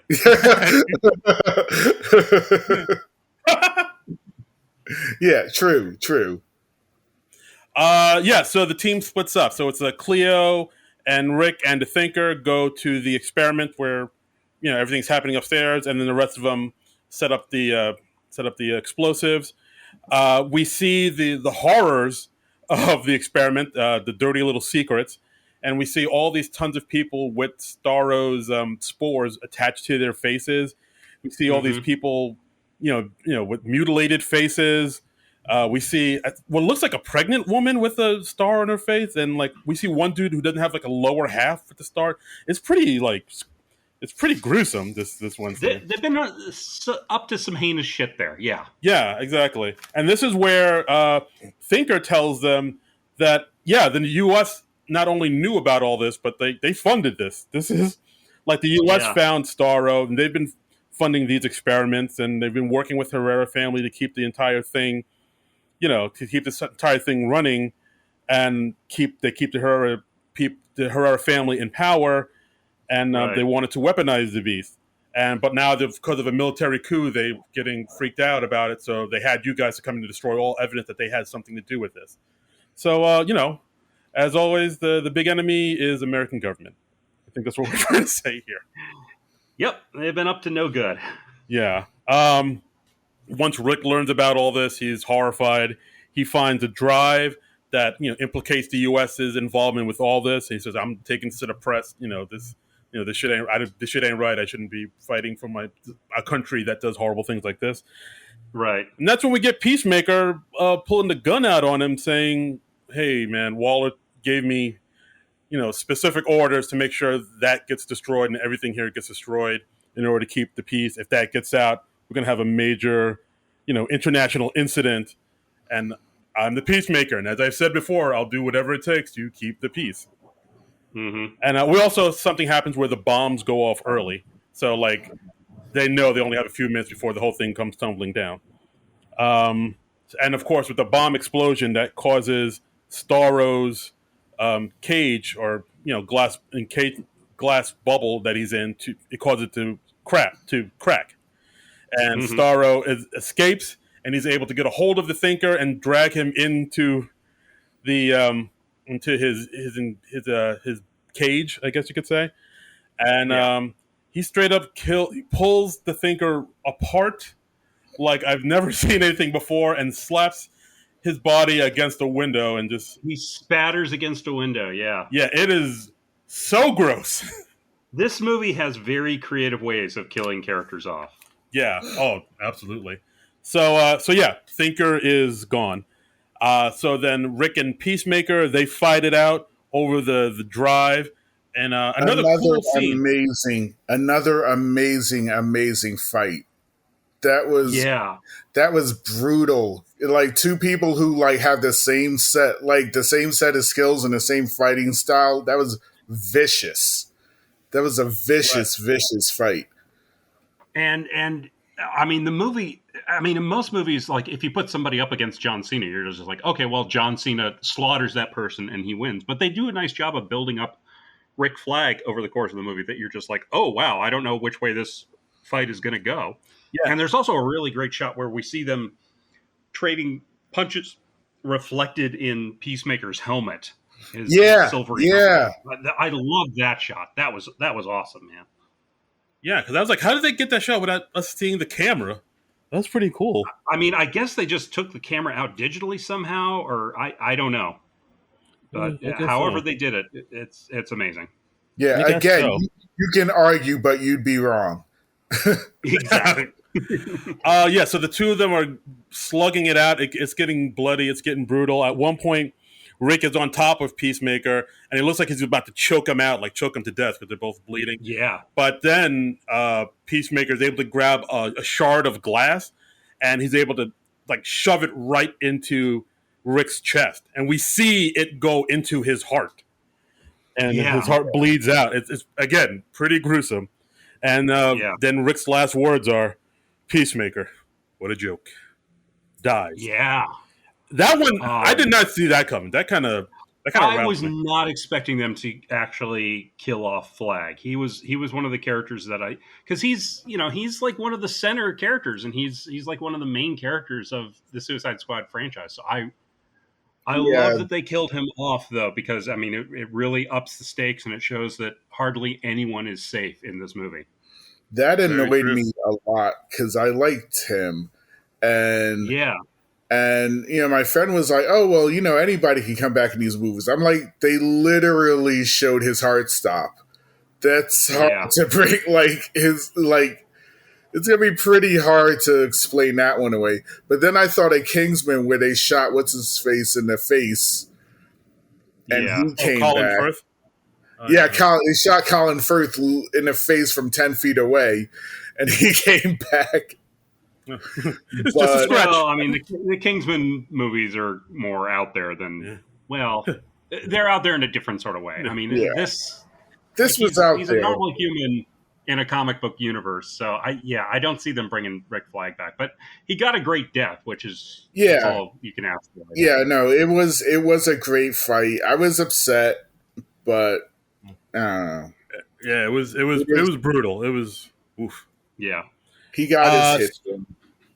That's true. And it's weird because this character you really didn't care about too much in the first Suicide Squad, but in this one, he's very generic in that, but they did a nice job of building him up in this movie. And it was really cool. I really like Joel Kinnaman in this movie, and I thought he did a great job. Yeah, absolutely. All right, so Rick Flag's dead. Then we see that Cleo saw the whole thing.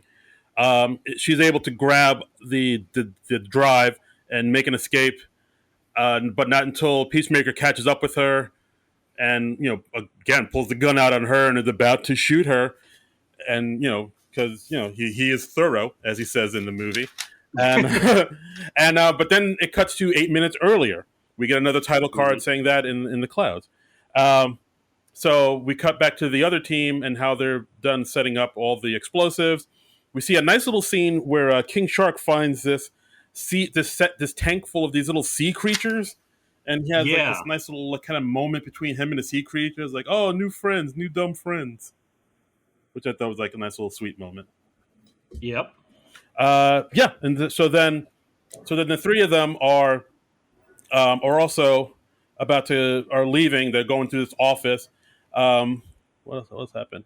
Oh, as they're getting ready to leave, I think the polka dot kid drops some charges. He says, "Oh, fizzle sticks." Hold on, guys. But then the soldiers come in and then they shoot up Milton, the guy that was with them the whole time. And why was he there? Like, I saw him go in with them. I'm like, what are you doing? Like, he just follows them in stupidly instead of just waiting. Because, he's like really a normal guy. He doesn't have any sort of training or anything. He's just, He reminded me of the taxi driver from Deadpool. It's like, why are you? Yeah. No. I love your heart. I love your gumption, but no. You don't do anything. But and we talk about that in the movie because like after he gets shot, the other guys go hiding. We see Polka Dot Man saying, "Oh my God, they shot Milton! They killed him!" Yeah, and then I think Bloodsport's next words are, "Oh, Milton was still with us." yeah. And then Harley's like, "Who's Milton?" It's like he was with us the whole time. And I love this joke because this joke relies on the fact that I think like James Gunn knew that we, the audience, would not commit that character's name to memory. Like none of us knew who Milton was. So when Bloodsport and Harley were like, "Who's Milton?" We're right there with them because like he's not important for us to remember. So of course, it's like I don't know. I thought that was a great little joke because like James Gunn knew like these guys aren't going to remember Milton. So I'll just make this joke about them not remembering Milton. Yeah. The thing is, Harley wasn't there the whole time, so he wasn't. She was telling the truth. She didn't. He wasn't with them at the beginning, and then she was gone, and then she comes back, and there's this other guy. Like she literally didn't know who Milton was for good reason. She wasn't there for that. Yeah. Everybody's like, "How do you know?" She wasn't there. She wasn't lying for. She wasn't being crazy for once. It wasn't just her insanity. She just generally was never introduced to the guy. Yeah. I mean, there was, but there was a scene where, like, as they were leaving, Milton did hold the door open for her as they both left. But, like, I guess she never got a name. Well, he didn't have the magnificence between his legs that that beautiful monster. Yeah, why would she remember the guy? So as Milton lies dead, we see more soldiers come up. Polka Dot Man's upset, so he flings off some of his polka dots at them. But Harley's like, "Wait, no!" And because he dropped those charges, the polka dots set off the charges, which sets off the explosions, and the bombs go off earlier than they were supposed to. That breaks the water tank that King Shark is at, and all the water goes flowing out. And and King Shark and his little new sea friends go out with him. We see his little sea friends have like sharp teeth. They begin to attack the Norway because the explosion takes out part of the Jotunheim. The whole structure starts to tilt, and people start to fall out onto the ground.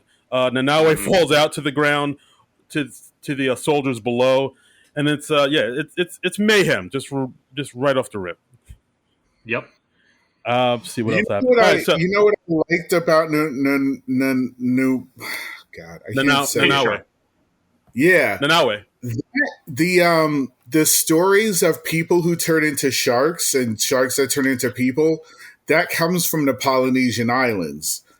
So it's cool that somebody apparently Googled that and gave him a name that was reminiscent of of a Polynesian culture. Mm-hmm. Fair 'Cause, enough. Yeah, that was good. yeah, it's like from the Pacific Islands, basically, and from Polynesian culture. There are stories of of men who turn into sharks, just like in native populations here. Like, you know, people who there's stories of people who turn it skin changers and shapeshifters and stuff. They have that in the Polynesian Islands too, of people who turn into sharks. So him having like a name reminiscent of that region, I thought was it's a cool bit of diversity that they didn't have to put like hammer into your head. Yeah. Diversity matters. Like, it matters, but it doesn't have to. You don't have to hit people over the head with it. It's better when it's just there. Yeah, and you can just absorb it. Yeah, I don't like it when they do hit you over the head with it. Like, hey, look at how diverse we're being. Ooh, look at us! Oh, we got all types of colors here. Hey, yeah. So, like I said, it's pretty much pandemonium. King Shark falls to the ground. He gets shot at by the soldiers, but you know the bullets don't really hurt him that much, and he begins just eating and devouring all the soldiers. He like decapitates one of the captains, and there's this really crazy shot with the man's head in Nanawe's mouth, and his eyes are still moving, which was, it kind of freaked me out. I was like, oh god. Yeah. There were a lot of movie earns its murder rating. There were a lot of Hulk analogs with King Shark. Like when Flag tells him "nom nom," it's like when Captain America tells Hulk to smash. Oh yeah. And when he's on the ground and they're all shooting him, it's like when the Hulk was on the ground and all the aliens were shooting. When all the aliens were shooting him when he was on the roof of that one building. Yeah, there were a lot of Hulk analogs with King Shark and the Hulk, but he was really tough. Yeah, no, absolutely. King Shark is a shark. Yeah, so then the rest of the guys they're able to sort of jump over to like another platform as the building crumbles. Bloodsport kind of falls through like 3 levels of floor just because the building's crumbling and everything's just falling apart. Yeah, we see him like land on a platform, then that platform collapses and the platform goes down another. I mean, that was really cool. Yeah, I was watching one video. They were comparing it to that scene in the Aristocats, the Disney movie Aristocats, when the cats are playing jazz music in a building and it just goes like as they're on a piano, it goes down from floor to floor to floor as they go through the floors. Yeah, watch the Aristocats, guys, to get that reference. You'll love it. Okay. But that's the one with the really dirty joke, right? Which one is it? That's the Aristocrats, John. Yeah. Oh dear. Different thing. It's a different thing. Totally different animal. So as Bloodsport falls to the floor, as he falls to the floor, he lands right in front of Peacemaker as he's about to shoot Ratcatcher 2. He sees what's going. He sees, he has a gun on her, and then the two of them have like this, this sort of standoff. It's like Western style standoff. Both of them pull guns, shoot each other. We see that Bloodsport had a smaller bullet, which goes through and destroys Peacemaker's bullet, which is a nod to their small bullets talk in the beginning of the movie. And Bloodsport's bullet gets Peacemaker in the neck. Peacemaker bleeds out and he's dead on the ground. Yep. And so that happened. I was really expecting him to shoot Ratcatcher just because that's the tone the movie sent. I expected him to shoot her while staring Bloodsport in the eyes. Yeah, I was very surprised he didn't. That's just the tone James the Gunn movie. said that he was originally planning to kill off Ratcatcher, but at the end he just didn't have the heart to do it. Yeah, right. Because I've heard from a lot of people saying Ratcatcher 2 is basically the heart of this movie. Because as far as bad people go, she's not really that bad a person. So like if you kill off like sort of one, I mean, by the standards of this movie, by the standard of this movie, yeah, like she's not. Yeah. We've talked about the other people in this movie, but like by those people's standards, she's not a bad person. So if you kill the heart of the movie, then it kind of brings the whole movie down. And like, I guess James Gunn wanted to give like a glimmer of hope, or so a little bit of good feeling, so you don't. So this movie isn't totally dark and depressing, I guess. So Cleo tells. I mean, after Peacemaker gets shot, Cleo tells Bloodsport everything that happened, saying, "Yeah, the U.S. was involved with all this. He was trying to kill me to cover it up. This is the drive." Bloodsport, puts the drive away, and that's when Starro escapes, and we see Starro in all his Starro glory. And I mean, my lord, this thing is it's terrifying. This thing is so terrifying and so weird at the same time, and it's great. I love. I mean, because Starro is he goes back in the comics. He goes back to when they first introduced the Justice League of America. And the first story with the Justice League of America, Starro was who they thought. It was this alien starfish thing. So it kind of grew out of the monster movies of the 50s. And I mean, that's a character I never would have expected to see in a live action movie. And I'm so happy that we have. Yeah, because like it's great. I mean, because it's a villain, it's a monster that's like so weird and almost kind of silly a little bit, but also disturbing. Yeah, it's a starfish with an eyeball in the middle of it. It's like something I'm sure. I was just gonna say he's Lovecraftian. Yeah, he's an eldritch horror. It's very want to create a cult, like a bunch of cultists to summon him from the depths of space, and it's a Lovecraftian eldritch horror, and it's good that there weren't a lot of metas in this movie because they were just fighting regular people. The danger is when the Justice League try and fight him, and then they all get Starros on him, and now he's got Wonder Woman on his side. So, right, yeah. But yeah, I guess like people just haven't put him in movies before, just because I guess people thought maybe the audience wouldn't take him seriously because it's a giant starfish with an eyeball. But I mean, in this movie, he fits perfectly. Yeah, I mean, it's great. My opinion on that the audience won't take things seriously thing is an audience will take something seriously if the movie takes it seriously. Absolutely. If the movie says this is silly or I'm ashamed of this, but we're putting it in, then that's how the audience is going to feel. That's how it is with superhero costumes. Like when somebody wears a costume and everybody makes fun of them, then the audience is going to think it's silly. Absolutely. I mean, Peacemaker, he's wearing a costume that's pretty much directly from the comics, but they hardly ever make fun of his costume. The only comment I can think of is they talk about, oh, your helmet, it looks like a toilet seat. And he goes, oh, it's not a toilet seat. It's a beacon of freedom. And that's the only thing. But they never make fun of the costumes or any of the other comic book conventions in the movie. And I really love that. And I love that we're just going nutso and we're really going there. Yeah. It's not like the X-Men movies in the early 2000s where it's like, oh, we have to put everybody in black leather because the comic book costumes would look too silly. It's like, no, just do it. Just present it as a part of this world. And, that's what they wear. It's like cowboys wear cowboy hats, superheroes wear costumes, That's a good point. Yeah. I mean, yeah. But that's a good point too, mine. It's like if you treat it seriously, then the audience will treat it seriously. Like, people treated the Stay Puft Marshmallow Man seriously. And that thing's ridiculous. So we see Starro. He's broken free. He's ravaging Cartel Maltese.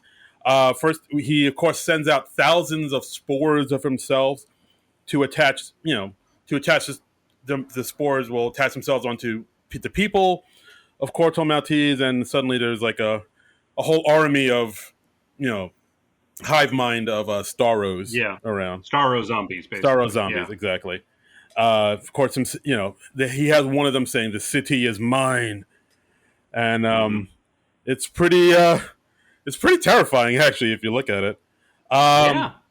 So and he's even like taking over like the corpses of people who've died.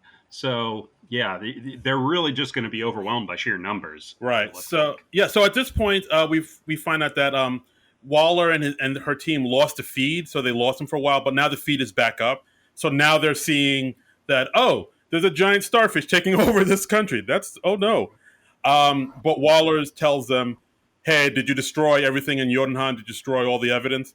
And they were like, "Yeah, it's destroyed." And they're like, "Okay, well, you guys can come back home now. The starfish isn't our concern anymore. That's just leave. Right. That's the Corto Maltesians' problem." Yeah, which is pretty cold-blooded, man. Cold-blooded. And then it goes back to what I was saying before about how she was losing the team with her evil. Like, you can only, if you have a team, they have to be as evil as you are. And they were just regular ass people with normal with normal morals. And they're like, all right.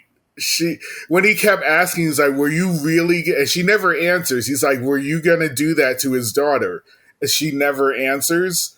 Like, that was really gnawing at the one guy. And now she's like, open the case. And they're like, they're trying to save this country. And she's like, open the case. And like, I also thought that like, everybody in that office just responds to whichever black woman is yelling at the time. Yeah, that's how the hierarchy works. Yeah, I told that to Frank, and he was like, "That's how most offices work." Yeah. Wow. That was just those were just things I noticed, like as a black person, like both stories were two characters were driven by small teenage black girls, and that when the whole office responded to whichever black woman was yelling at the time. Black girl magic. Yeah. Okay, so so at this point, Waller tells them, "All right, you guys can come home. Your mission is done. Right. The Corto Maltese is no longer our concern. So let that star guy do whatever he wants to do." And just get out, and Yeah, and as they're about to leave, we see Bloodsport again reluctantly saying, fuck. And he goes back and tries to take out Starro, and then everybody else follows his lead. Again, like one by one, they all follow, and they decide to fight Starro and try and save as many people as they can. And Waller's like, again, like when Savant tried to run in the beginning of the movie, she's like, you turn around now, or I will hit the bombs in your heads. Right. And and like we see Viola Davis like really fucking losing her shit. It's like he's like, you motherfuckers, you fucking turn back. It. She was just a string of profanity. Yeah. I know. I was like, good heavens. And I clutched my pearls. That was a Full Metal Jacket level string of profanity. Yeah.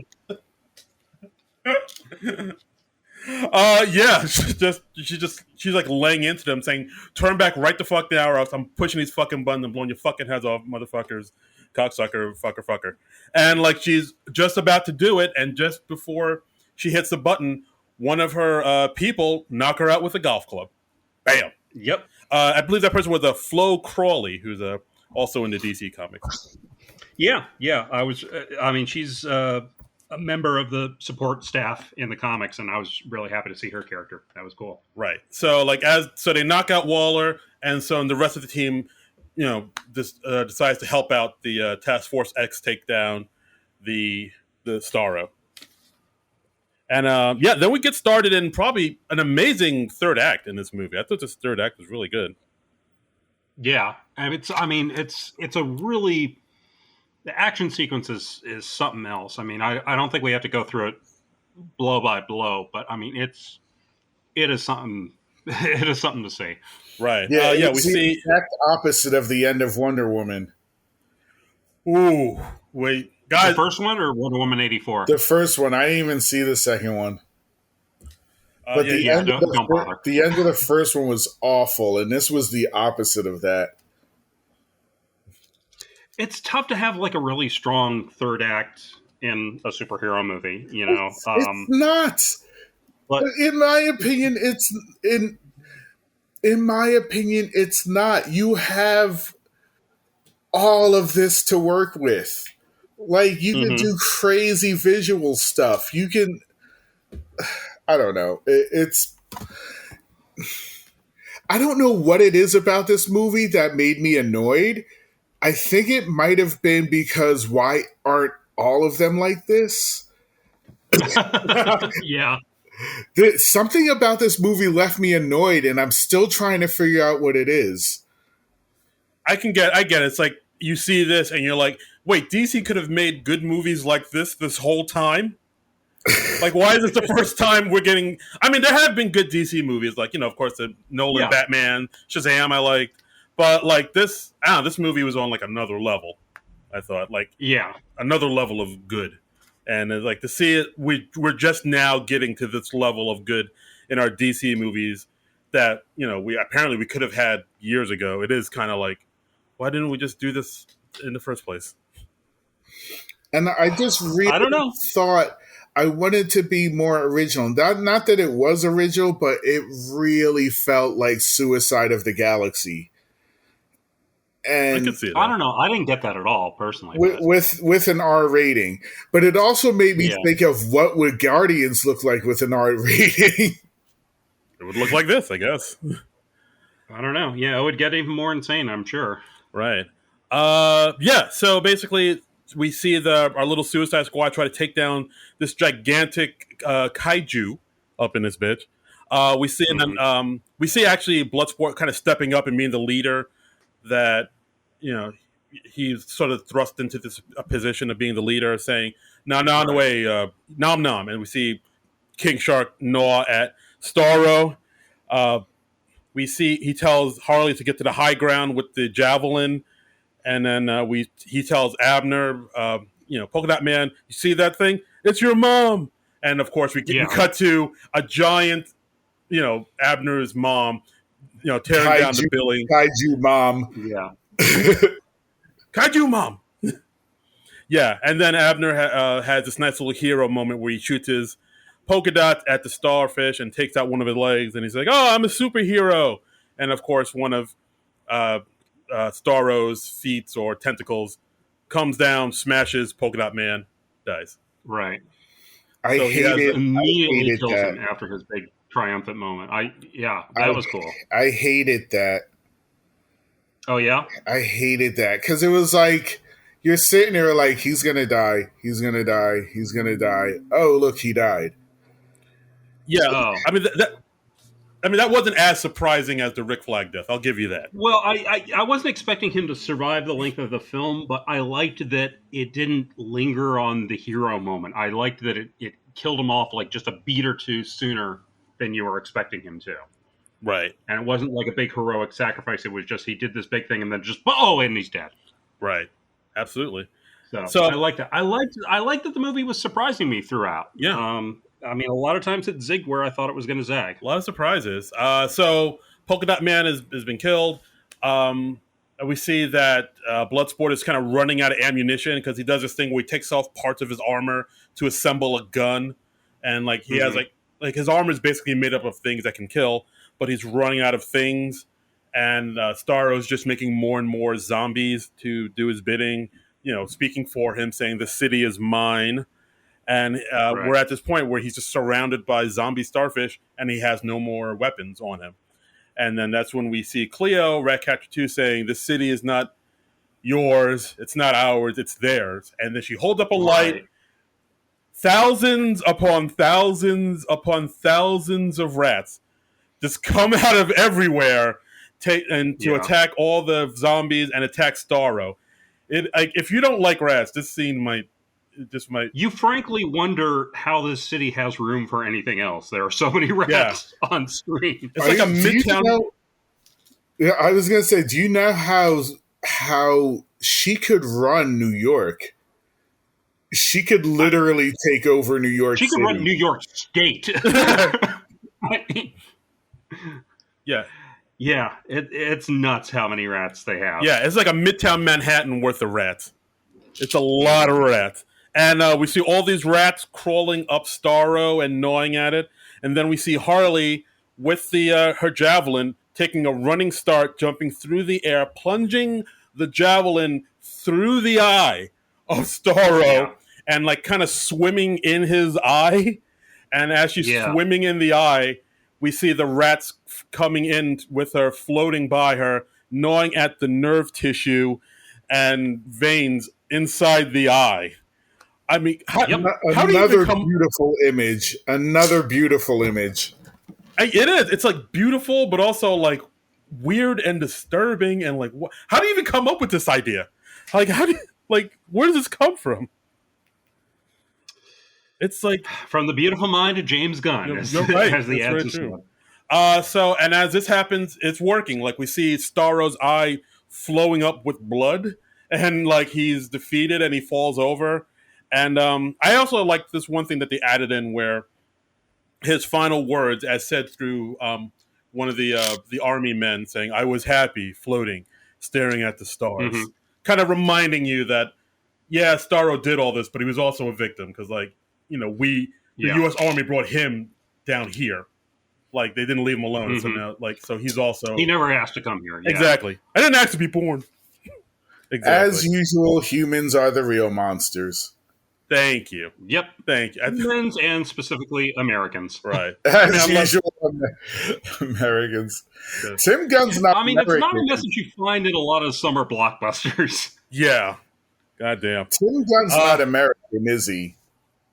He is. I mean, it's not a real American. Probably from coastal elite, not from the real America. But yeah, they took down Starro. Also, there was like a scene where Sol Soria, busted into the palace and took out everybody in the palace that was in power. So now Corto Maltese is truly free, and they can have truly, true democracy and can like truly. I think they say they're going to have a democratic election for the first time in 20 years. Exactly. So, it looks like the bad guys won. Then we cut to Bloodsport talking to Waller, who has an ice bag on her head now after where she got hit with the golf club. Bloodsport saying, "Look, I have the drive. I uploaded it to a very private server. You're not going to get to it, and you're not. It's not going to see the light of day as long as I get what I want, which is like to have all of us free. Nothing happens to my daughter, and we all just get to go our own separate ways. If something happens to me or anybody else, I release it." And so he was able to leverage that into walking free, which is different than what Rick wanted to do, which is just give it to the press. Waller's like, "Okay, you magnificent bastard." Right, exactly. I do like that. Yeah. No, I was gonna say I do like that I do like that Bloodsport didn't release it to the press like Rick would have wanted, because that's not what Bloodsport would have done. Bloodsport would have leveraged it to get out of prison and just live his life the way he wants to do. So he's not like he's not a total good guy. John, you were going to say something? Yeah, I really thought he was going to send it to Lois Lane. Right. And it would actually be interesting if in some future project, like somebody leaked it to Lois Lane and she investigated herself, because she is the world's greatest. She is the world's greatest reporter. Like, everybody in DC is the world's greatest at what they do, and Lois Lane is the world's greatest reporter.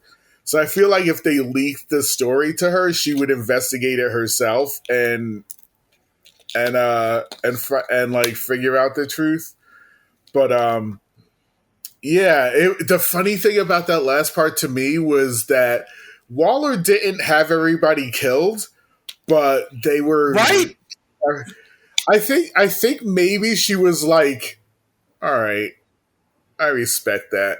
Like, but the guy with the glasses would not look in her direction. Like, if you like, the gods themselves could have made him make eye contact with her.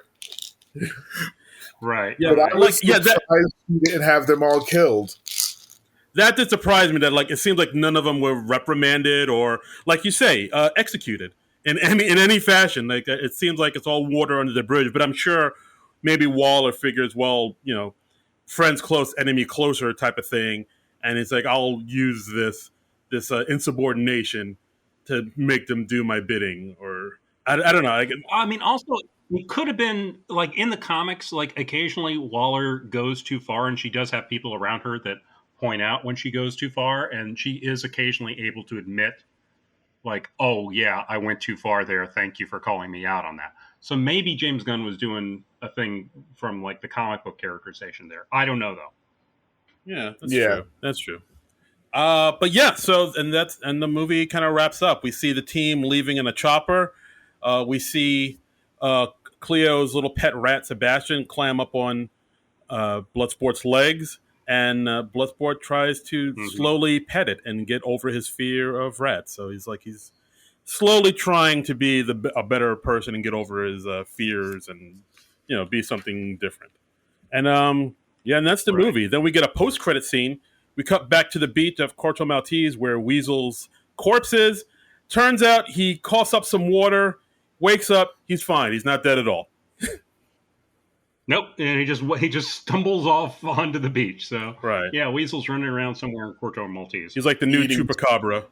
Eating children. Yeah, he really is the Yeah, he ate 27 children before the start of the movie. So yeah, he's having a good time. He's feasting away. Oh god, yeah. So then we get a post-credit scene. We see the two characters, Johnny Canemos and Emilia Harcourt, in a hospital where a doctor's taking him to say, yeah, we found him in the rubble. We don't know how we made it, but his heart is still beating, and he's still alive. It's going to take a while, but we can get him back on his feet. And camera cuts to, we see Peacemaker. He's still alive, and we see Johnny Canemos and Emilia Harcourt talk to each other, saying, yeah, Waller is saddling us with him because of what we did, and like now we got to take care of this douchebag. And then Emilia Harcourt says, yeah, we need him to save the fucking world, which sets up the like you said, the Peacemaker HBO Max series that's coming up in January. Because if you look in IMDb, looking forward to that. I mean, that's going to be fun. I could certainly go for some more John Cena as Peacemaker. Yeah, and if you look in the if you look in the IMDb, you see that both of those characters will be in the Peacemaker series in HBO Max. Along Which with characters? Johnny Canemos, played by Steve Agee, and Emilia Harcourt, played by Jennifer Holland. Oh, the two support people. Yeah, I think they're going to be like Peacemaker's handlers, like giving him assignments and making sure he doesn't go off. I don't know if I'm gonna watch that. I really don't like him. I really liked Flag. I get it. And my RAM for characters like that is already filled with Homelander and Omni-Man. So I don't know if I have room for another character like that in my head. Another anti-hero? Is he even an anti-hero? Omni-Man isn't a hero at all. Omni-Man and Homelander aren't heroes at all. They're pretend heroes. Yeah, but I would say Peacemaker is an anti-hero. Like he's a pretend hero. He's a bad guy. He's I don't know. God, who am I thinking of? U.S. Agent, Punisher. I don't even think U.S. Agent is that bad. But now that when John brought up Wonder Man, I'm like, I had this like, it's a conspiracy theory. There's no proof, but I am wondering if I really want Marvel to create the West Coast Avengers. Oh yeah, because they have. They have U.S. Agent. They have two Visions, so you can have a Vision. If there's Wonder Man, then you can have Wonder Man. There's Wanda. Yeah, I really want a West Coast Avengers or a Great Lakes Avengers. There's a Great Lakes Avengers. I'll probably get to him eventually. Wow. Yeah. But yeah, and that's the movie. Kind of sets up the new Peacemaker series, kind of like what Disney Plus has been doing, where the movies now connect to the TV shows. And yeah, the Peacemaker show is supposed to come out in January with, like I said, like with Steve Agee and the other character in the show. Robert Patrick playing Peacemaker's dad. They're going to have a character Judo Master in it as well, like according to IMDb. Oh, cool. That's another Charlton character. Yeah, right. So yeah, it looks. I mean, I'll watch it. I'll give it a shot because I'll definitely check it out. Yeah, like James Gunn created this series, and it's like 8 episodes, and from what I've read, he wrote and directed like 5 of them. So if you're a James Gunn fan, he does have his fingerprints over this upcoming series. And looking forward to it. It'll probably be good. I just really hate Peacemaker. I get it. The series might make you love him. Who knows? I doubt it. All right. Well, and that's the movie, guys. Just guys, overall thoughts. Minus overall, what do you think of this movie?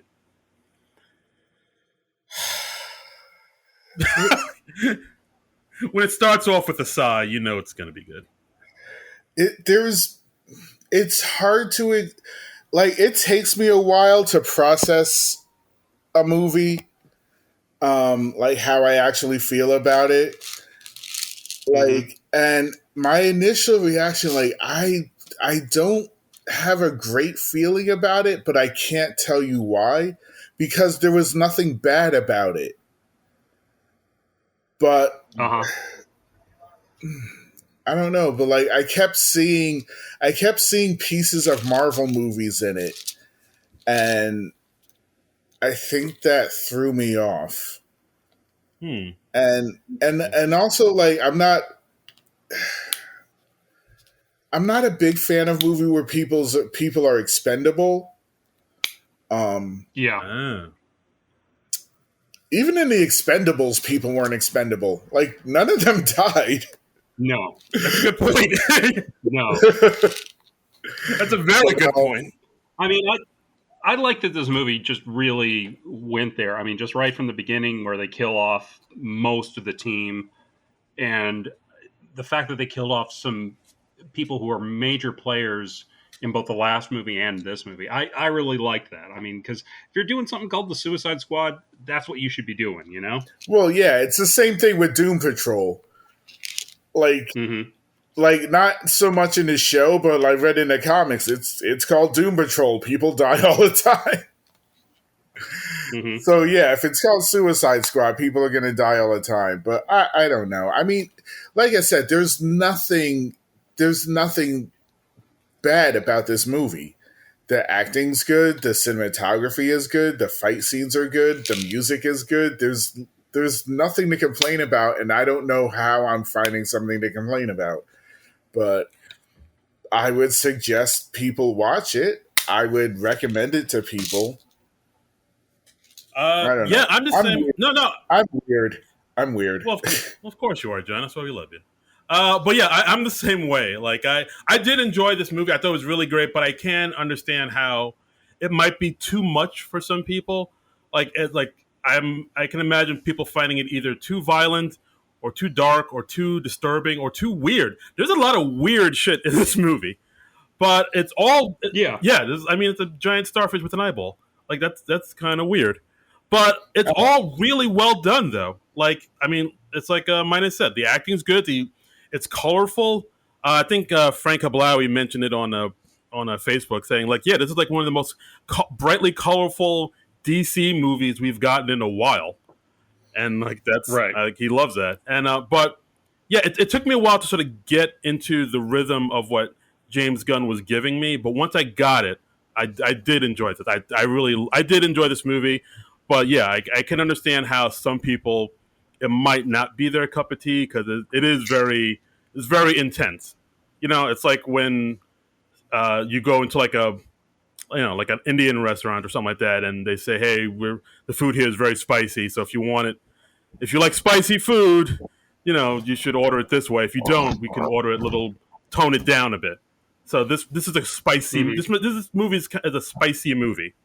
It might be too much for some people to handle. Oh, I love violence. That none of that was my issue. I love violence. I'm like that GIF. Like I'm clapping and yelling violence. Okay, but I mean, there was also some darker stuff in there too, like darker themes. I mean, Ratcatcher with the needle in his arm. There's like a lot of dark, twisted, messed up thing in this movie too. Where I mean that's another thing that might turn. I mean, people off. I like that it wasn't like a whole lot of other movies I've seen, and it was definitely something different than what we've been getting. No, absolutely. So I enjoyed it in that regard. And I'm going to see it again. I don't know if I'm going to go to the theater to see it again, like I did the first time, but I'll definitely watch it on HBO Max. Right. No, absolutely. Like I'll say that about this film too. Like this is its own thing. It's like if you go in thinking this will be like Guardians of the Galaxy, it's not. It's way, like I said, way darker, way more violent. But you can't deny that it's a good film. It's a really good film. But I know some people are a little bit more squeamish and people are like, oh, that's too weird for me. So like it might not be your cup of tea, but you can't deny this film is solid. Way better than the first, Suicide Squad. I'll say that as well. Oh yeah, no comparison. Right. No comparison. Okay, and I guess that's it. I guess that's our episode, guys. John Midas, thank you so much for stopping by and talking to us about this fine little film. No problem. Come back to me in a week. Okay, you need time to digest it to really appreciate it. Yeah, that's how I am. That's how I was. What's the last movie I watched? Oh God, what? It was the last comic book movie. Yeah, Black Widow. Like I liked it, and then like 2 weeks later, I was like, oh, I still like it. All right, then I like it. But sometimes I'll watch something and then like 2 weeks later, like my opinion will have changed. Like when I really digested this stuff, but I was like, no, I like that movie. It was good. So maybe I'm that way with some movies too. Yeah. All right, listeners. So tune in a few weeks when we talk to John Midas again. See what he thinks about Suicide Squad. I don't have to be on here. I can just tell you. Right. We'll tweet it out. Yeah, I'll tweet about it. So is there anything you want to plug? Anything you wanted to promote? Please, the floor is yours. I guess if you want to follow me on Twitter, my Twitter is @DonCoyote, which is a very obscure reference. But I'm really weird on there, so you might want to think about it. That's right. And he's the Suicide Squad of Twitter handles. Yeah. But other than that, nothing at the moment. All right, guys. Okay. Give him a follow. Later. Oh, all right. And as always, you can follow me on Twitter and Instagram @Darincredible. That's DARI Incredible. And you can follow me on Twitter @Trumbull Comic. That's TRUMBULL and the word comic. And as always, you can listen to the podcast wherever you listen to your podcasts, Apple and Stitcher and Spotify and the like, or at Non-Productive.com. You know the place you listen to this one? Yeah, go back there. Yeah, we'll be there. Keep doing what you're doing. And as always, donate to our Patreon and give us some money and help us keep the lights on. Yeah, that's at Non-Productive.com. Mm-hmm. Yeah, and next week we'll be back with episode 150, the big 150. Yeah. And we're gonna do something cool for that. Yeah, so, we won't spoil it, but yeah, it's gonna knock your socks off, people. We got something cool in the works. We're talking to somebody who's connected with a particular late night show that you might have an interest in if you listen to this podcast. Mm-hmm. Wink, wink. Joan Rivers? Yes. We got a Ouija. Joan Rivers. We're having a seance, and we're talking to Joan Rivers. I bought a Ouija board, and we're going to talk to Joan Rivers. Melissa Rivers? Okay, so join us next week, and we'll be talking with someone connected with SNL. And until then, Nerds out! Nerds out. This has been a non-productive media presentation. Executive producer, Frank Hablawi. This program and many others like it on the Non-Productive Network is distributed under a Creative Commons Attribution Non-Commercial No Derivatives license. Please share it, but ask before trying to change it or sell it. For more information, visit non-productive.com.